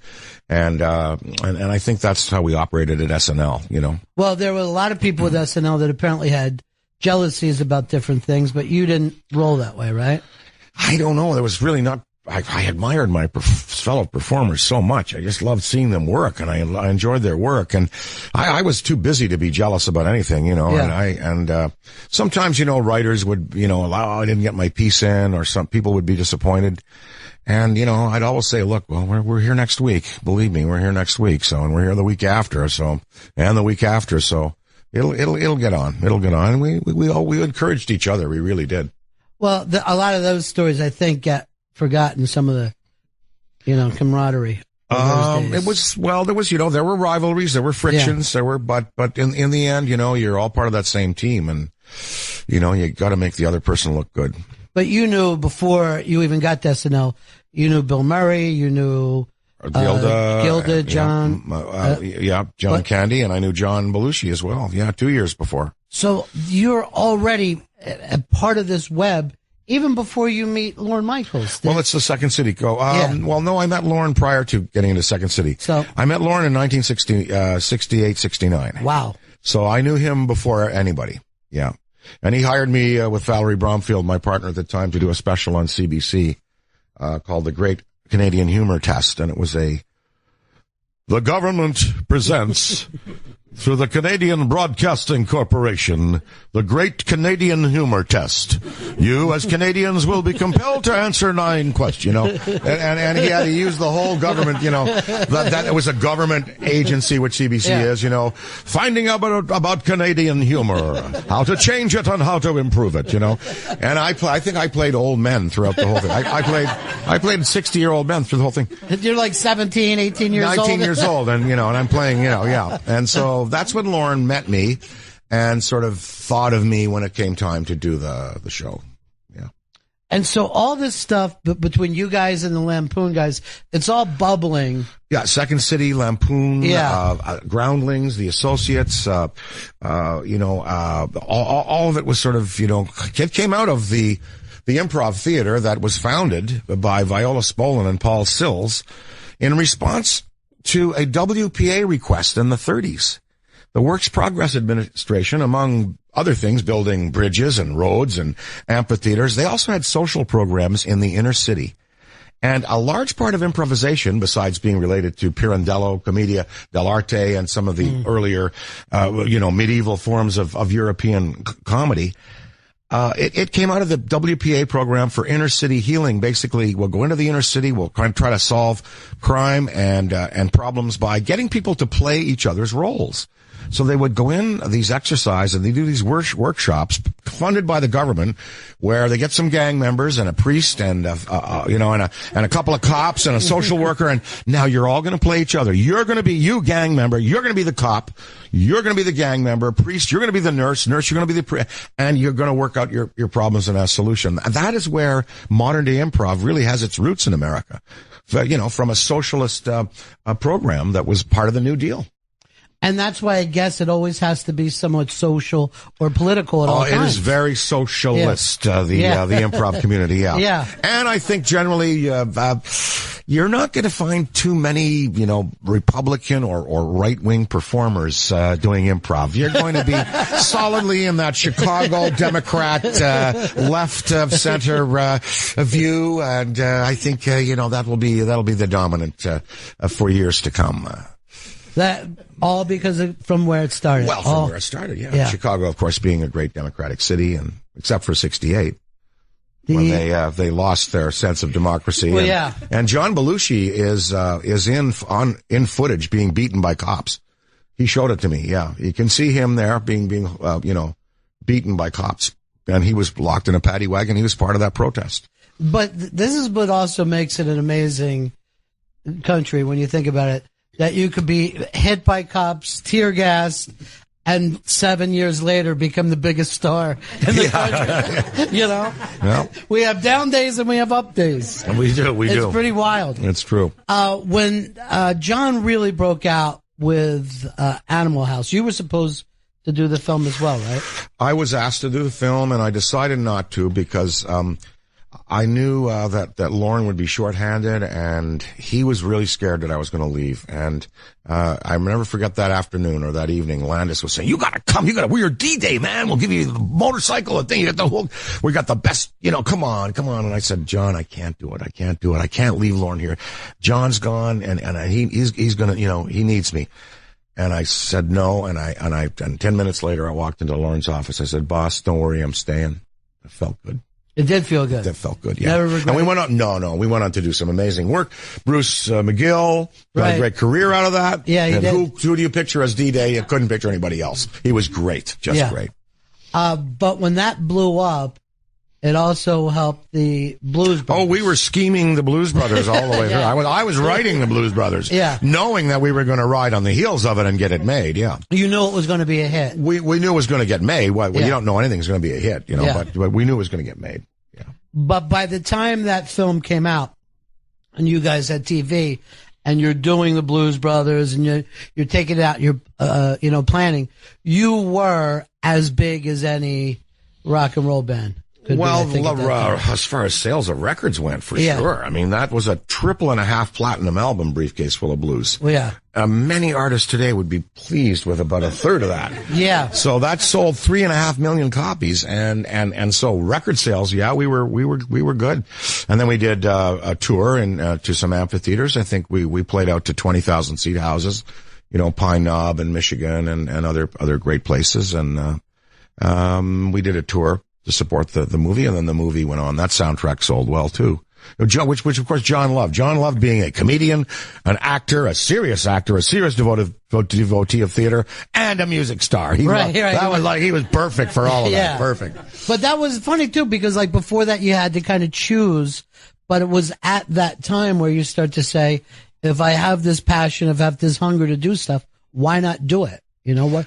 Why not do TV and movie at the same time? Well, because we had people encouraging us, and we could. That's why we said why not. Because we had the greatest musicians. I mean, we had Otis Redding's guitar players, Steve Cropper and Duck Dunn, and with them that legitimized the Blues Brothers. That made it. If we would have had no Blues Brothers without them, because they realized we were respecting the veterans, and they knew the value of the music, and then the front men. Mm-hmm.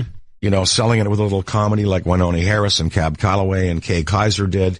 You got to be funny up there, because, especially if you're perhaps a little deficient in the musical talent side, you have to make it up another way. Yeah. And so we did, and we were great frontmen and sold the music beautifully. And eventually John's vocals became really strong. My harp playing improved. And today, James Belushi and I, the blood brother of Jake Blues, tour as the Blues Brothers All-Star Show Band in Review, featuring the Blood, the descendant of the Khans of Baluchistan, and the Royal Kings of Albania, brother Z Blues, and the Legacy Elwood Blues, featuring Joe Sublett and Daryl Leonard, the Texacali Horns. And we travel all over the country. We were in Hartford recently, the San Antonio Performing Arts Center. We're going to be in Chicago, May 21, in Austin, Texas, May 18th. So it just still, look at 40 some years. Yeah. I'm still hobbling around, pretending that I'm young. Yeah. But we have a great band now, not the movie band, but a great band. And it really cooks, and it's fun. It's the 1.5 hours in my life. I don't have to think about anything else but moving faster than Jimmy. But I guess that also still makes you feel connected to John. Oh, our show, we dedicate the show to John every night, and we sing, Soul Man, and we sing, She Caught the Katy, and, the show, in my opening voiceover, it's, please welcome two men who are living to keep the legacy and music of their brother Jake alive. Yeah. Yeah. Absolutely. It's amazing. Rolling Stone just came out recently with John on the cover which is just stunning. Well, Jan Wenner and John had a bromance. Yeah. They loved each other. Right. And John loved Jane, Jan Wenner's wife. The three of them were pals, and Judy, the four of them, they were pals. And, John and Jan Wenner, they just connected. They had like a kind of a tumbling rivalry. They fought, they wrestled, they argued, and they came together again, and they collaborated on things. And so Rolling Stone was always good to John, and because its founder loved him dearly as a friend.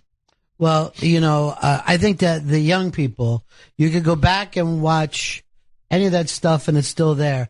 But there was something about the energy that you guys had, and there was something about the love that this country had for John Belushi that kind of bypassed even the talent. There was some kind of connection. And he was America's guest. Yeah, he was. I mean, the great story is the one where we were shooting in the Harvey, Illinois mall, and it was about 2 a.m, and we were about to do the scene chasing up and down in the mall, driving inside the mall. And John was nowhere to be found. Couldn't find him anywhere. Where is he? Not in his trailer, not here. And I'm thinking, what? And I see the neighborhood, and I see a path going through the weeds and one broken street light, and I'm thinking, logically, path at least for this. So I follow the path. And I go into the suburban neighborhood, and there's one light on in a living room.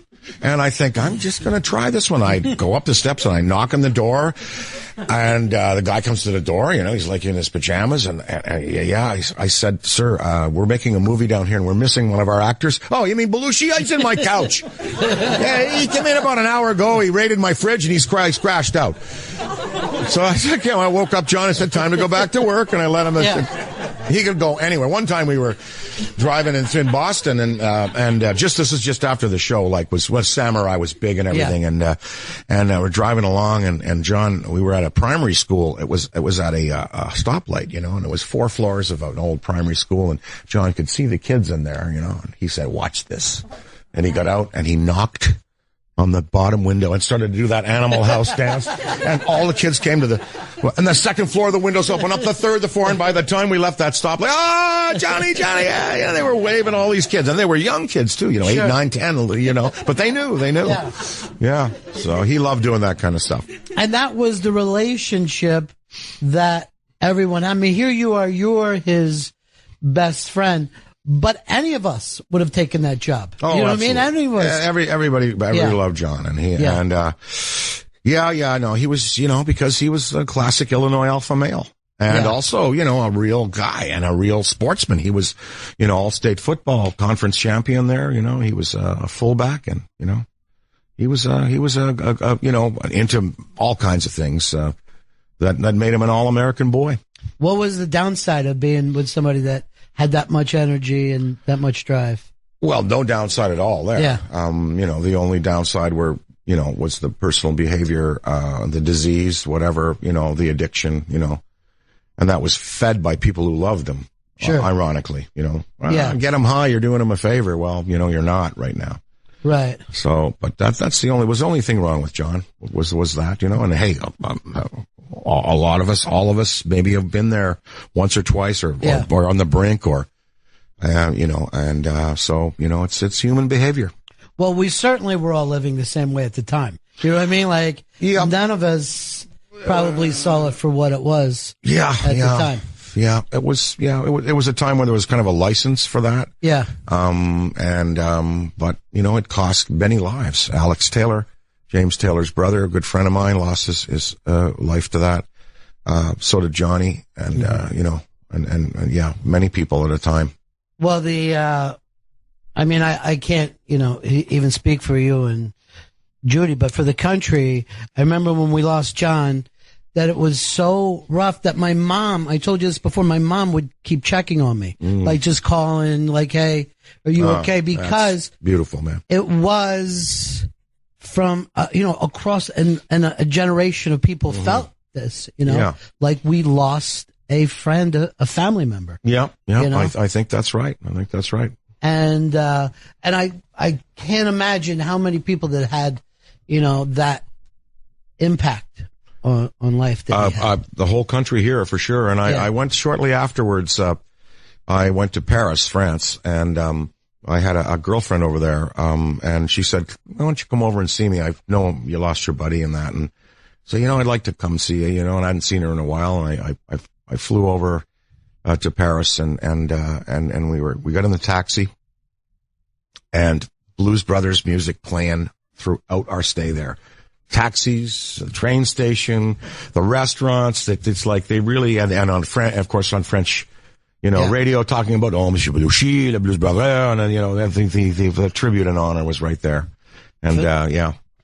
So not only did you lose your friend, your brother, you basically lost your business partner because you guys had 33 so much years planned. old. Yeah, he's 33. I'm 29. We're planning a new record, new movie, a television show, and then he's gone. So it stopped me cold for a while. I had to, but then when you're in battle, you lose a buddy, you got to keep going over the line. You have to keep, you got to keep moving forward. And they made the movie Dr. Detroit, Universal. Basically, kept that alive, and I met my wife on the picture, so that turned out all right. Yeah, Marion Donna Dixon is another thing that you just got too much in life. I mean, when you really look to see how many things that you got to do, and then... Yeah, I'll agree with you there. Yeah. I totally agree with you. I mean, at a certain point, you've had enough. Yeah, I'm not looking for any more, believe me, I'm not. No, I'm just playing out the last sort of, the last sort of scenarios. That's, But Dr. Detroit was the first time that you thought maybe the career was going to be okay. Well, the movie was not a hit except in VCR and then now.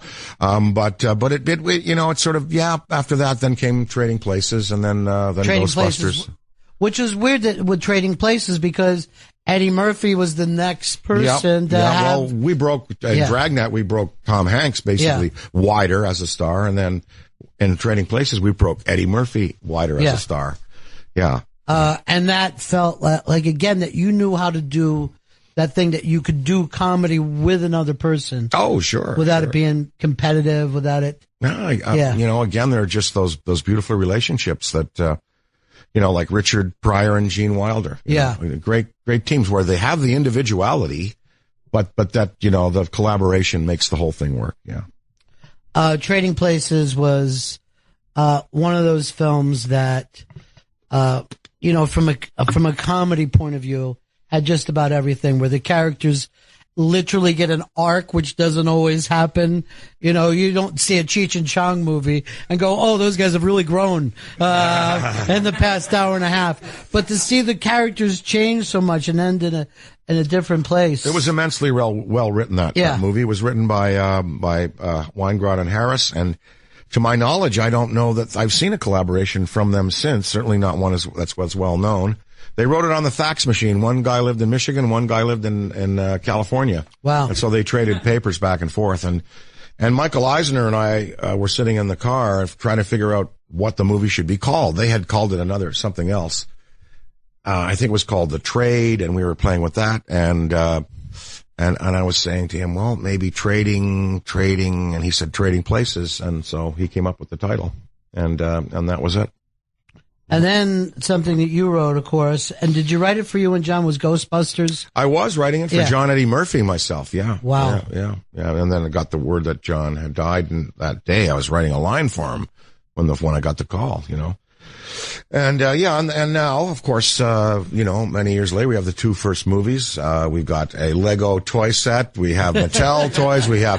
So I mean, if you want your Ghostbusters fix, it's out there. It's DVDs, the movies. We have games, video games. We have lots of toys, and now the real reality, in fact, of the third movie with this tremendous cast of women. Melissa McCarthy, Kate McKinnon, Leslie Jones, and Kristen Wiig, and a great script from Paul Feig, which we will work on and make better. And so I'm really, really excited about it. I've got 3 daughters, so I'm all for female empowerment. Sure.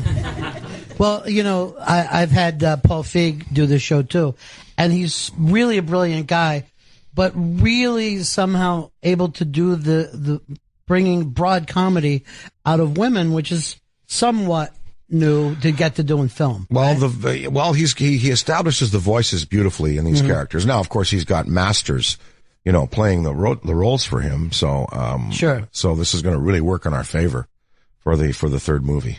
Yeah. Are any of the other characters going to show up from? No, it's as if the first two movies don't exist, and as if this is a whole parallel reality where, for the first time, the Ghostbusters exist and they're women in this environment that's a lot different than the first two. But I can tell you, as the originator, and I'm very happy with what he's done. It's very, very tasteful, and it needed a reworking. The thing needed a new engine. It needed new exhaust. It needed new steering, and this is what we're getting. Well, you've been working for the last couple of years about getting something going with Ghostbusters. Oh, I've written. There's 3 drafts of the old concept that exist, and we're going to be able to salvage some of it and use it. Yeah, we're going to be able to use it someday. But let's get this one made, and that will reinvigorate the franchise, and then we'll go on to maybe doing a more conventional third sequel as we were planning, and then another idea I have for it. But that is the thing about this business, that there's always something as the perfect storm before it gets made, right? You look at E.T., it took Spielberg, 10, 12 years to get that movie made. And that's Spielberg and E.T. Right. Let's go through who were the short-sighted executives sitting in those suites. Where are they now? Yeah. They're probably running the empire still. I don't know. Yeah. But boy, what a bad decision that was. Yeah, it's amazing. And then when you think, but maybe it wouldn't have worked back then. I don't know. Then it all came together in that perfect storm, and then you had that massive, wonderful, heart-tugging hit. So almost it's better to just think it'll happen when it's time is to happen while you're working hard at it. You always try to push it as much as you can and drive it, but, show business moves like an asphalt spreader on a Georgia morning. It's just, Yeah. if you think otherwise, take your unicorn around the track for another circuit. Yeah. But you're a guy who does believe in the spiritual world. I say do. that as we have this crystal skull sitting in between us.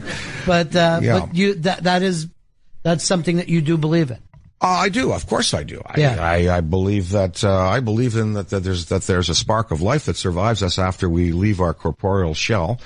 And, I've read so much evidence of it. I've had, dreams where people that have died have come back to me and given me signs and symbols that I wake up and then I see those signs and symbols that they've given me a premonition about. My family held seances at the old farmhouse. My great-grandfather Sam was a dentist and a psychic researcher. My dad has a book called History of Ghosts about mediumship.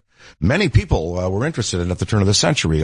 Crookes Lodge, Conan Doyle, real men of science. They wanted to know what's going on here. What is a ghost? What makes that? Why am I seeing an apparition of someone that's dead? And what is he or she doing there? What are they doing? They coalescing molecules? How are they doing it?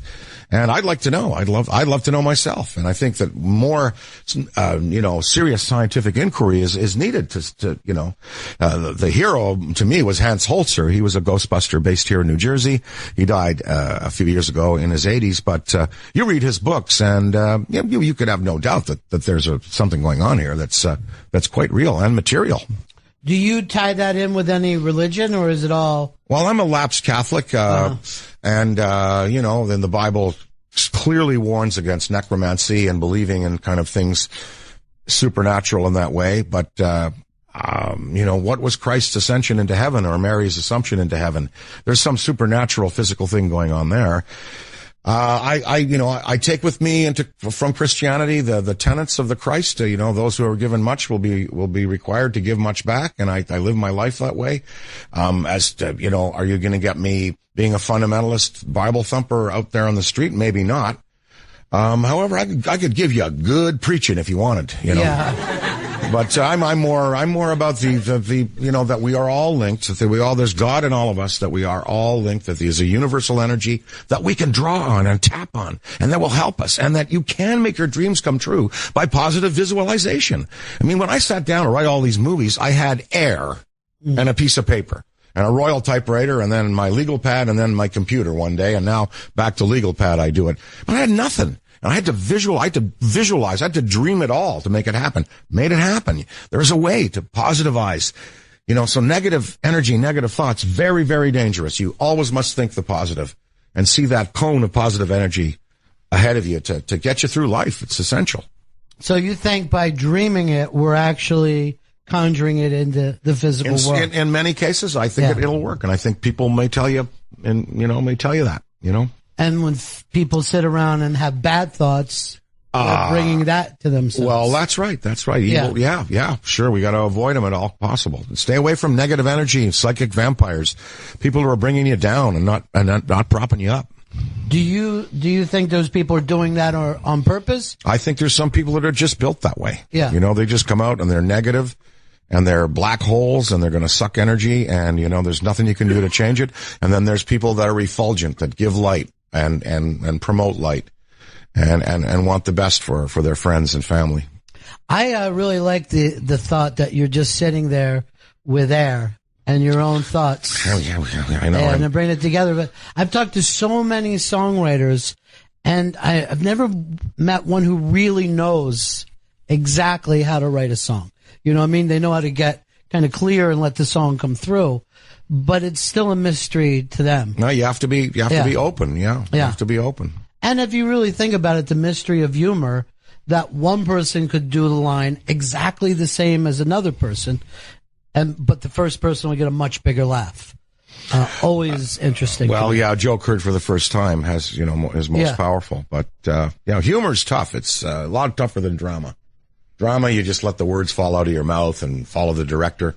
Humor, you're like the astronaut trying to keep that ping pong ball above the red line all the time. It's hard work. Yeah. Oh, it's hard. Yeah. You know, because you want it to be perfect, and sometimes it's not. Particularly, I guess, when you have a big film like Ghostbusters, to go back every night and not be sure whether it's working or not, because it's so large, and elements have to be added. Yeah, we knew we had something good there, but we really didn't know until that first cut, until the first preview. We knew it needed work, and then by the second or third, we knew we had it. Yeah. But because you guys were pros by that point, you could feel it. You knew it. Well, we just kind of, it was just working, we didn't, we had our fingers crossed, and then we fixed it to get it right. And then we turned out to be right, But, I said we have this crystal skull. No guarantee. Skull sitting here, which, by the way, is, you've never seen anything like this. Beautiful. That's John Alexander, did that. He's an artist, a painter, a sculpture artist and a painter, a landscape painter and portraitist. And you notice has a little grin. He's a happy skull because we like to, it's positive energy. The Navajo, the Aztec, the Mayans all had them in legend. They were crystal heads given to them by the Star Children to see into the future as crystal balls to help the tribe along, to see either crop failures or crop abundance, people in the tribe that would be negative and that had to be removed. We don't really associate in our minds, we don't associate it with doom, although in the hands of a practiced Aztec operator, they could be used to call doom. So what we did, we decided it was the perfect vessel to sell our pure story. Basically, in short, and we only have to dwell on this for a minute here, is Crystal Head is different from, I would say, most other lesser priced vodkas because there's no glycerides in it, and there's no limonene and no sugar. They put glyceride in to cut the alcohol smell and to cut the taste of alcohol. Wait a minute. I'm having a cocktail. I want to taste the alcohol. So, we cut that out, and it's an impure, oil, industrial oil. Limonene in its raw form can be a cleanser. Glyceride, of course, a cousin to propylene glycol, which is antifreeze. They don't put enough in this to kill you, and it's allowed by the government. But if you're a bar chef or at home, you're having a party, if you knew you had the choice to serve a vodka that had no industrial oils added, wouldn't you make the choice? It's obvious to me. So, and there's no sugar at all. There's enough sugar in C2H506. You don't have to have any sugar. So we make it in Newfoundland. We won the Prodexpo medal in Moscow, Russia last year for excellent taste. So if the vodkas are not known by Russians, well, the Japanese don't know their sushi. I mean, but it's a tough business to break into, right? It is, but we're doing okay. We're doing okay because people are responding to the clean taste. It's great in a cold shot. Our notes from Anthony Dias Blue. He's a vodka taster and critic like Robert Parker in the wine. Yeah. He gave us the notes, sweet, vanilla, dry, crisp, with a kick of heat off the finish. So you get the little kick of heat because we don't mask it. You get it dry and crisp. There's no oils. Then you have that sweet vanilla. We make it with peaches and cream corn from Chatham, Ontario, Canada, and we marry it with the original aquifer water from the glacier that was over Newfoundland 18,000 years ago. It melted and went into the province there, and we draw it right up into the government distillery. It's made by the last state-owned still in the world, the government distillery owned by the province of Newfoundland and Labrador. So your quality is guaranteed here. And I've got 150 of these heads in my barn in Canada on the rafters just from the last 4 or 5 years of campfires. And I can't throw them out. They're so beautiful. Well, it really is. It's amazing, and I see these. When I'm walking through New York, they're always in the window. Yeah, we're People doing a put them in we're the doing window. a good job. Yeah, they're and people, if you go on our website, World Wide Web, crystalahead.com, artists do all kinds of things with them. They do amazing things. They put rhinestones on them, jewels. They paint them. They fill them with fluids, and there's thousands of pictures of what artists have done with this artist designed concept. So yeah. Well, you said it took the House of Blues before you were really interested in business, right? That's when you thought. But was an idea for doing something like this always in the back of your mind, or did that also just come out of it? It was sort of evolved out of, I just wanted a better margarita in Canada, so I said, how do I get this beautiful Patron Silver into Canada? And I went to the guy who owns the company, my friend J.P. DeJoria, the great entrepreneur and philanthropist. He owns Paul Mitchell Hair Systems and Patron, and I said, I got this little government liquor store. How do I get Patron in so I can serve a better dockside margarita? He said, well, Dan, you got to bring it to the whole country. So, my partner David Brown and I imported it to Canada. Now we're the #1 luxury selling tequila in Canada. We represent a good percentage of Patron's foreign sales, and from that, I just began to research vodka and found out that there's a way to do it where you don't have to have these oils, and you can make a beautiful product and win medals and have it consumed without masking the alcohol and over perfuming it. If you open up a lot of vodkas, they smell like Chanel No. 5. This smells like what it is. It's H2O plus C2H506. That's it. Nothing else. But what does your family say to you at this point in your life where you're like, yes, I'm going to start a vodka company? Well, in fact, I borrowed from the girls' college funds, although they don't like me to tell this story. I said, girls, I need XXX, and we're going to the vodka business. And okay, Dad, fine, rest assured, those funds have been topped up again, and my Harvard graduate is very happy about that too. But so you had to tap back into the savings. You had to say, I did, because I'm an artist, I'm an actor. What do I know business and stuff, but actors and artists are notoriously bad with money. So sure. A while ago, I had it taken away from me, and now I have a team that just runs it for me. I don't. But I did convince the girls to free this up, and it's turned out to be a good investment for them. Yeah. All these things that you're able to balance. We're talking about, you've been in the business side of the business, obviously producing, directing, writing, but you are one of those guys that are connected with your family. A lot of guys have lost their way in their personal life. Oh, yeah, I've got strong family around me. My mom and dad are still alive. My mom's 93, my dad's 90, my mom's 96, my dad's 93. Yeah. They still have their mind intact. They watch the news at night, they read the paper. They drink nothing but alcohol. Dan, are you sure these aren't spirits? And you're just someday they will be, and I'll hear my dad's whisper in the trees at the farm. When he's gone, he'll be a great presence, and my mom, of course. But I'm with them now. These are valuable times. Sure. So I take care of them, and I'm up there quite a bit with them now. They're funny and great, and I said to my mom, you got to hydrate yourself. You got to drink water. I drink water when I brush my teeth. Yeah. There's a long tradition of Canadian humor coming to the States and kicking our ass, isn't there? There's so many great people. Yeah, Marty Short. Yeah. Jim Carrey. Jim Carrey, John Candy, Mike Myers. It's amazing. What is it about that Canadian sense of humor? Young Michael Fox. Yeah. Well, here it is. I think we had the benefit of growing up with the CBC that carried all of the old BBC comedy shows, the old radio shows and TV shows, from the music hall and vaudeville era of Britain, the Goon Show and Spike Milligan and all those, and the Pythons and all that. We had all that. Then we also had the American television that we were watching through Buffalo and Rochester and the American carriers that were the signal spilled over into Canada. So we were watching Lucille Ball and Eve Arden and Bilko and Danny Thomas and all those great comedians. I think that fusion of that old classic English absurd music hall comedy and then the what I might call the Yiddish Lower East Side Catskill rhythm that you got with those great shows like Danny Thomas and Lucille Ball, that was all established very early in America, and that's where American comedy comes from primarily. Though those fusions in Canadians' mind, we had the best of both worlds, the British and the American, fusing together, and we had an understanding of both, and from it came our own, I guess, take on it, which you see in the work of Catherine O'Hara and Dave Thomas and those kids from SCTV, in their time. Yeah.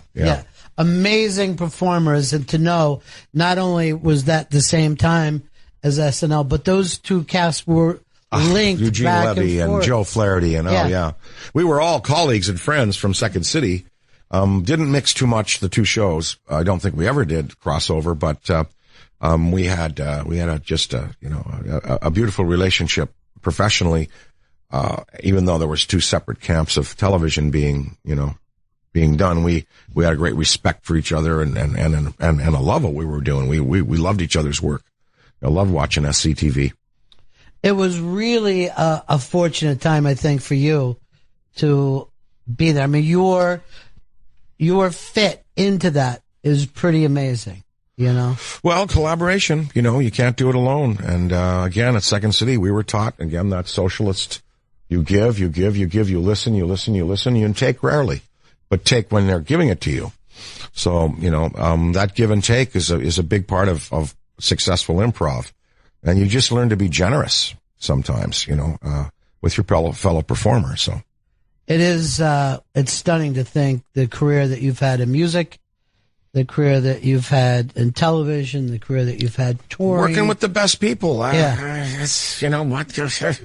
Beatles are the Beatles because you had George and you had John and you had Ringo there with Paul. And the Stones are the Stones because you had Charlie Watts and, and Mick has Charlie Watts as a drummer. I mean, the Stones wouldn't be the Stones without all of them, What is your era of music for you? If you go back. I love the Stax Volt era. I really do. I love all, Wilson Pickett and Isaac Hayes and David Porter and Steve Cropper and Eddie Floyd and just the music that came out of that era in Memphis. That Memphis sound to me was phenomenal, right? Yeah.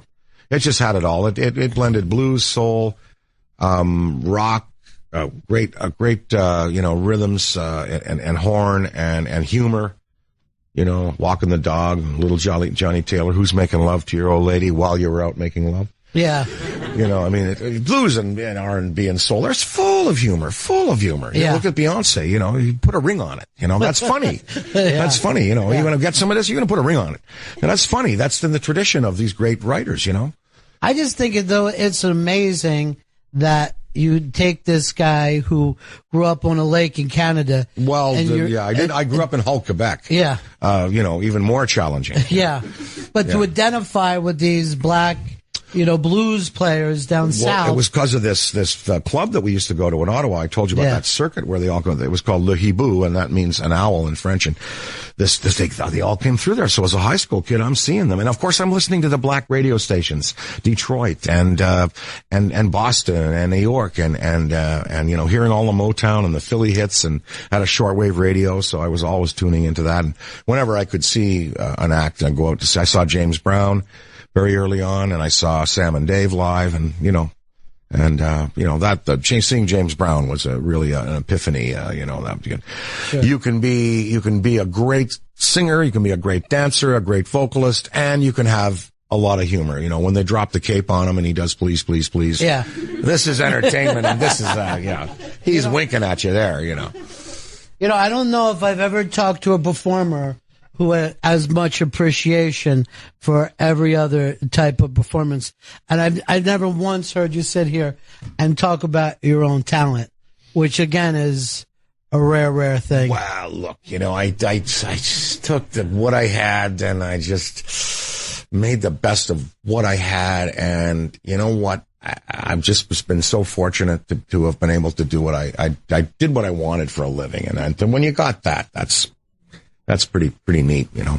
Well, I'm glad that you think you're fortunate. And I'm going to speak for an entire generation to say we've been really, really fortunate to have you too, my friend. And fortunate to have you as an understanding audience. Yeah. Well, I'm glad when good things happen to good people. Dan Aykroyd, thank you so much. That was fantastic. Dan Aykroyd. Thank you.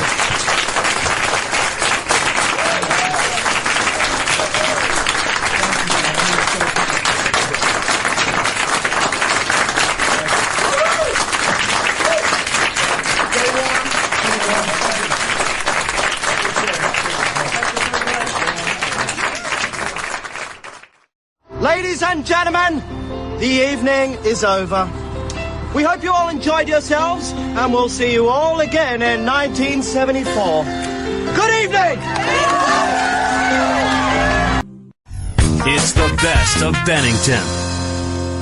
I think the perfect place to see Jaws would be on a barge. Like you just pull out in the middle of the water. That's awesome. On a barge. At night. Yeah, Lights at out. night. And try to line it right up with the horizon. Oh, so it shit. looks like the Jaws is coming at you. We gotta do that. Gotta do that hat. 1,600 men went into the water, Chief. First you heard the screams and the paddling. God, Quinn is amazing. His eyes rolled back. Black eyes like a doll's eyes.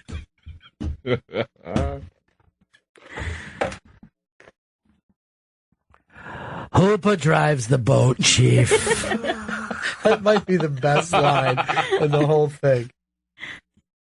He just turns on Hooper. He's his only friend. Hooper, who he previously did not like, now he's just like... Hooper drives the boat, Chief. No one gets anything they want. Quinn, you blacked out. You're a chum, bitch. That's your job. You're the chum, Chief. That's all you're fucking able to do. You're a chum whore. Eat some, rub the rest on your testicles, Chief. And you're a little chumble. You know that he just treated women fucking horribly. Didn't look him in the eye. Here's the semen, lassie. Take it all. So when is this movie coming out? I'm not sure exactly. Summer. It's gotta be soon. Yeah. Like, you know, this. I know everything's filled up right now with dinosaurs. Every screen in America has a dinosaur on it. It's the only kind of movie anyone should see is dinosaur movies now. I don't want to see a movie unless it involves very large teeth. That's true. It's got to be a large tooth summer. June 21st. It's this weekend. Look at your panic. June 21st. Guys? We've got to go. Find out where it's playing in the city. All right, I'm finding that out right now. What's the Yeah, go to Fandango. All right, okay. Go to Fandango, Chief. Hooper picks the theaters, Chief. Hooper buys the popcorn and treats. You get nothing, Chief, but the chum. That's all you're worth. Swallowing chum and cum. You see that right here? Big Chinaman. To me over and broke my arm. Great big old Chinaman in San Francisco. What? I didn't fucking even understand the last part of that. It's a 10-minute monologue that you can't understand half of.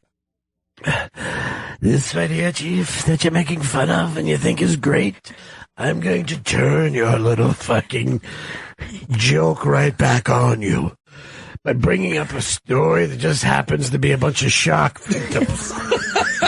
Of all the things in the world. I happen to be around for two of the craziest shark stories ever. Turns out it was a personal vendetta. I've hated sharks since World War II. Is this the same with these Chief? Why, I'm not even an American. What was I doing on that ship? That's the crazy part of the story. Y'all know me. Y'all know me.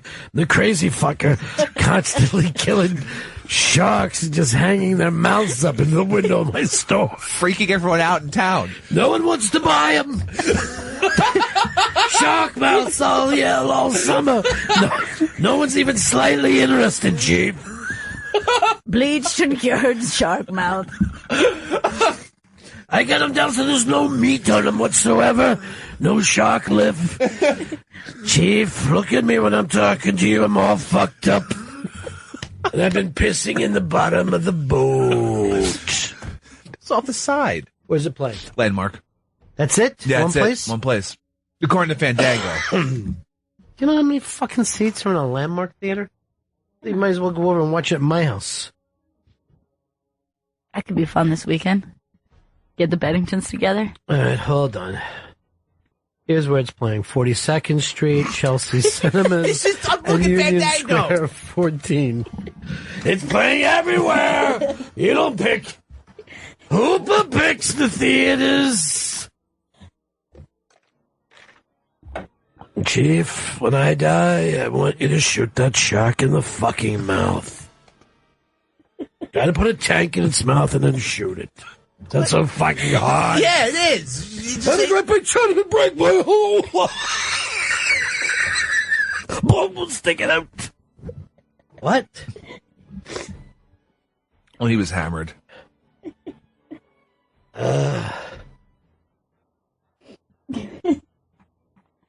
It turns out a lot of theaters, Stanley. Yeah. Well, Fandango's a lying piece of garbage.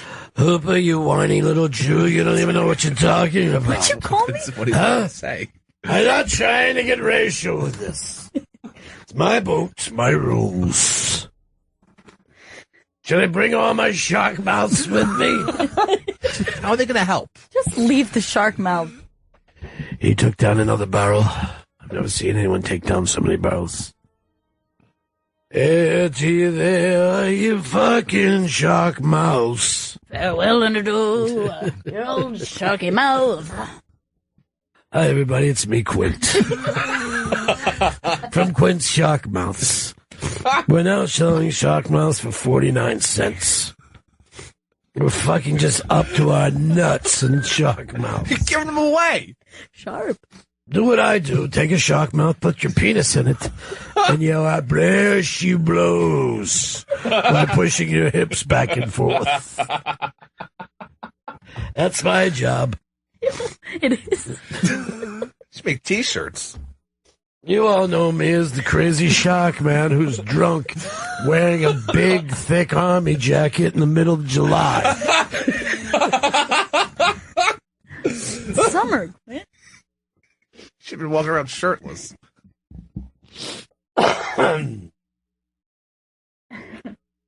Gary for Buffalo is always just on like the Tito's thing in a heartbeat. He's very, very excited about Tito running for president. As he should be. So yeah, we could end up doing Jaws.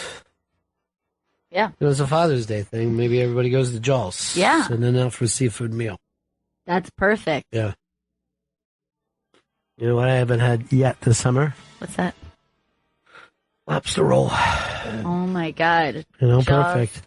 Jaws, lobster roll. And you know dessert. Mm-hmm. A little bit of cocaine. No. What? What? That salty honey. Oh, we're going with that gimmick. So Gail knows this place that makes this great pie.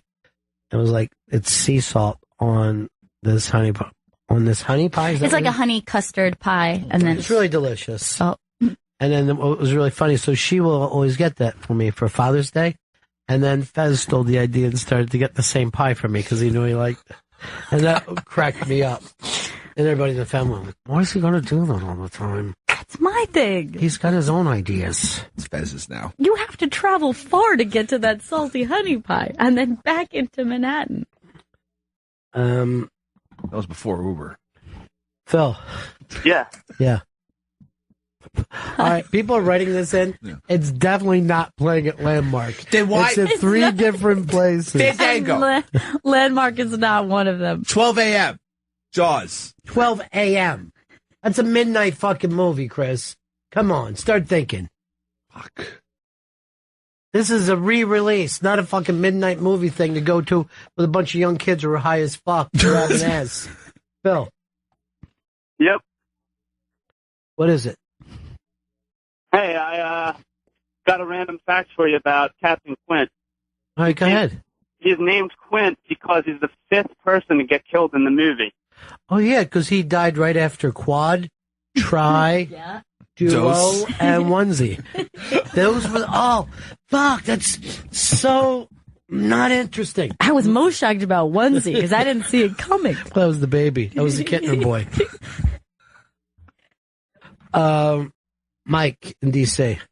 Hey, brother, how you doing? Good. Hey, Hooper drives the boat, Chief. That's one of my favorite lines. There's another one coming down the line. He goes, "Quit playing with yourself, Hooper." Hey, there's a couple of I was going to call in a couple months ago. I was going to give you movie line quotes and see if you can guess them. All right, go ahead. And here's one. This pie is so good. This you know what it is? pie is so good. This pie is so good. This pie is so good. Sissy, you ain't never riding that bull, Sissy. Oh, he's doing Urban Cowboy. Yeah. Cowboy, yeah. My favorite thing is from that is my feet are sweating in these boots, Mama. My feet are sweating in these boots. Can you two-step? Want to prove it? I'm going to go out and fuck the bull right now in front of everybody in town. Why my Italian cowboy boyfriend gets pissed off. He thought he could not look Italian by growing a beard. Yeah, it doesn't work. He was just glaring at her, "Stop fucking the bull in front of everybody." Everyone knows what that's supposed to simulate. Yes. The Landmark thing, they're just doing it on their own. They're not even tied in with the Universal. They're just doing a midnight showing. Well, Fandango's full of shit, and they fucking gave me some bad information. So you literally could not be more wrong. Fandango means friendship. We're not keeping the theater. We're putting those theaters open. You understand, Chief? You're going in the theater. Theater's going in the water. Shark is in the water. Oh, Shark. Now your song. Mm-hmm. Remember you started singing that same song again after that? Farewell, little door, Yeah. to your fine Spanish ladies. That's what he's acting like. You fuckers. I'm just going to sing this crazy song. Again. You know what that means. Well, the thing is, too, right, is like, what year was that? 74, 75? So, like, why is he singing an old pirate song? Why wouldn't he be like... He's an old pirate. Love will keep us together. Hi, everybody. It's me, Quint from Sharkmouth. Yeah, we know. It's just the 3 of us on this boat. The movie you're enjoying tonight. It's just, Quint used to host fucking TV movies at Amity. The one TV station. We're watching Captain Blood tonight. Speaking of blood, look at this shark mouth. Yeah. I pulled it out just hours ago. Where can I get one of those? Come to Quint. Here's Ted in Rhode Island. Ted. Hey, buddies.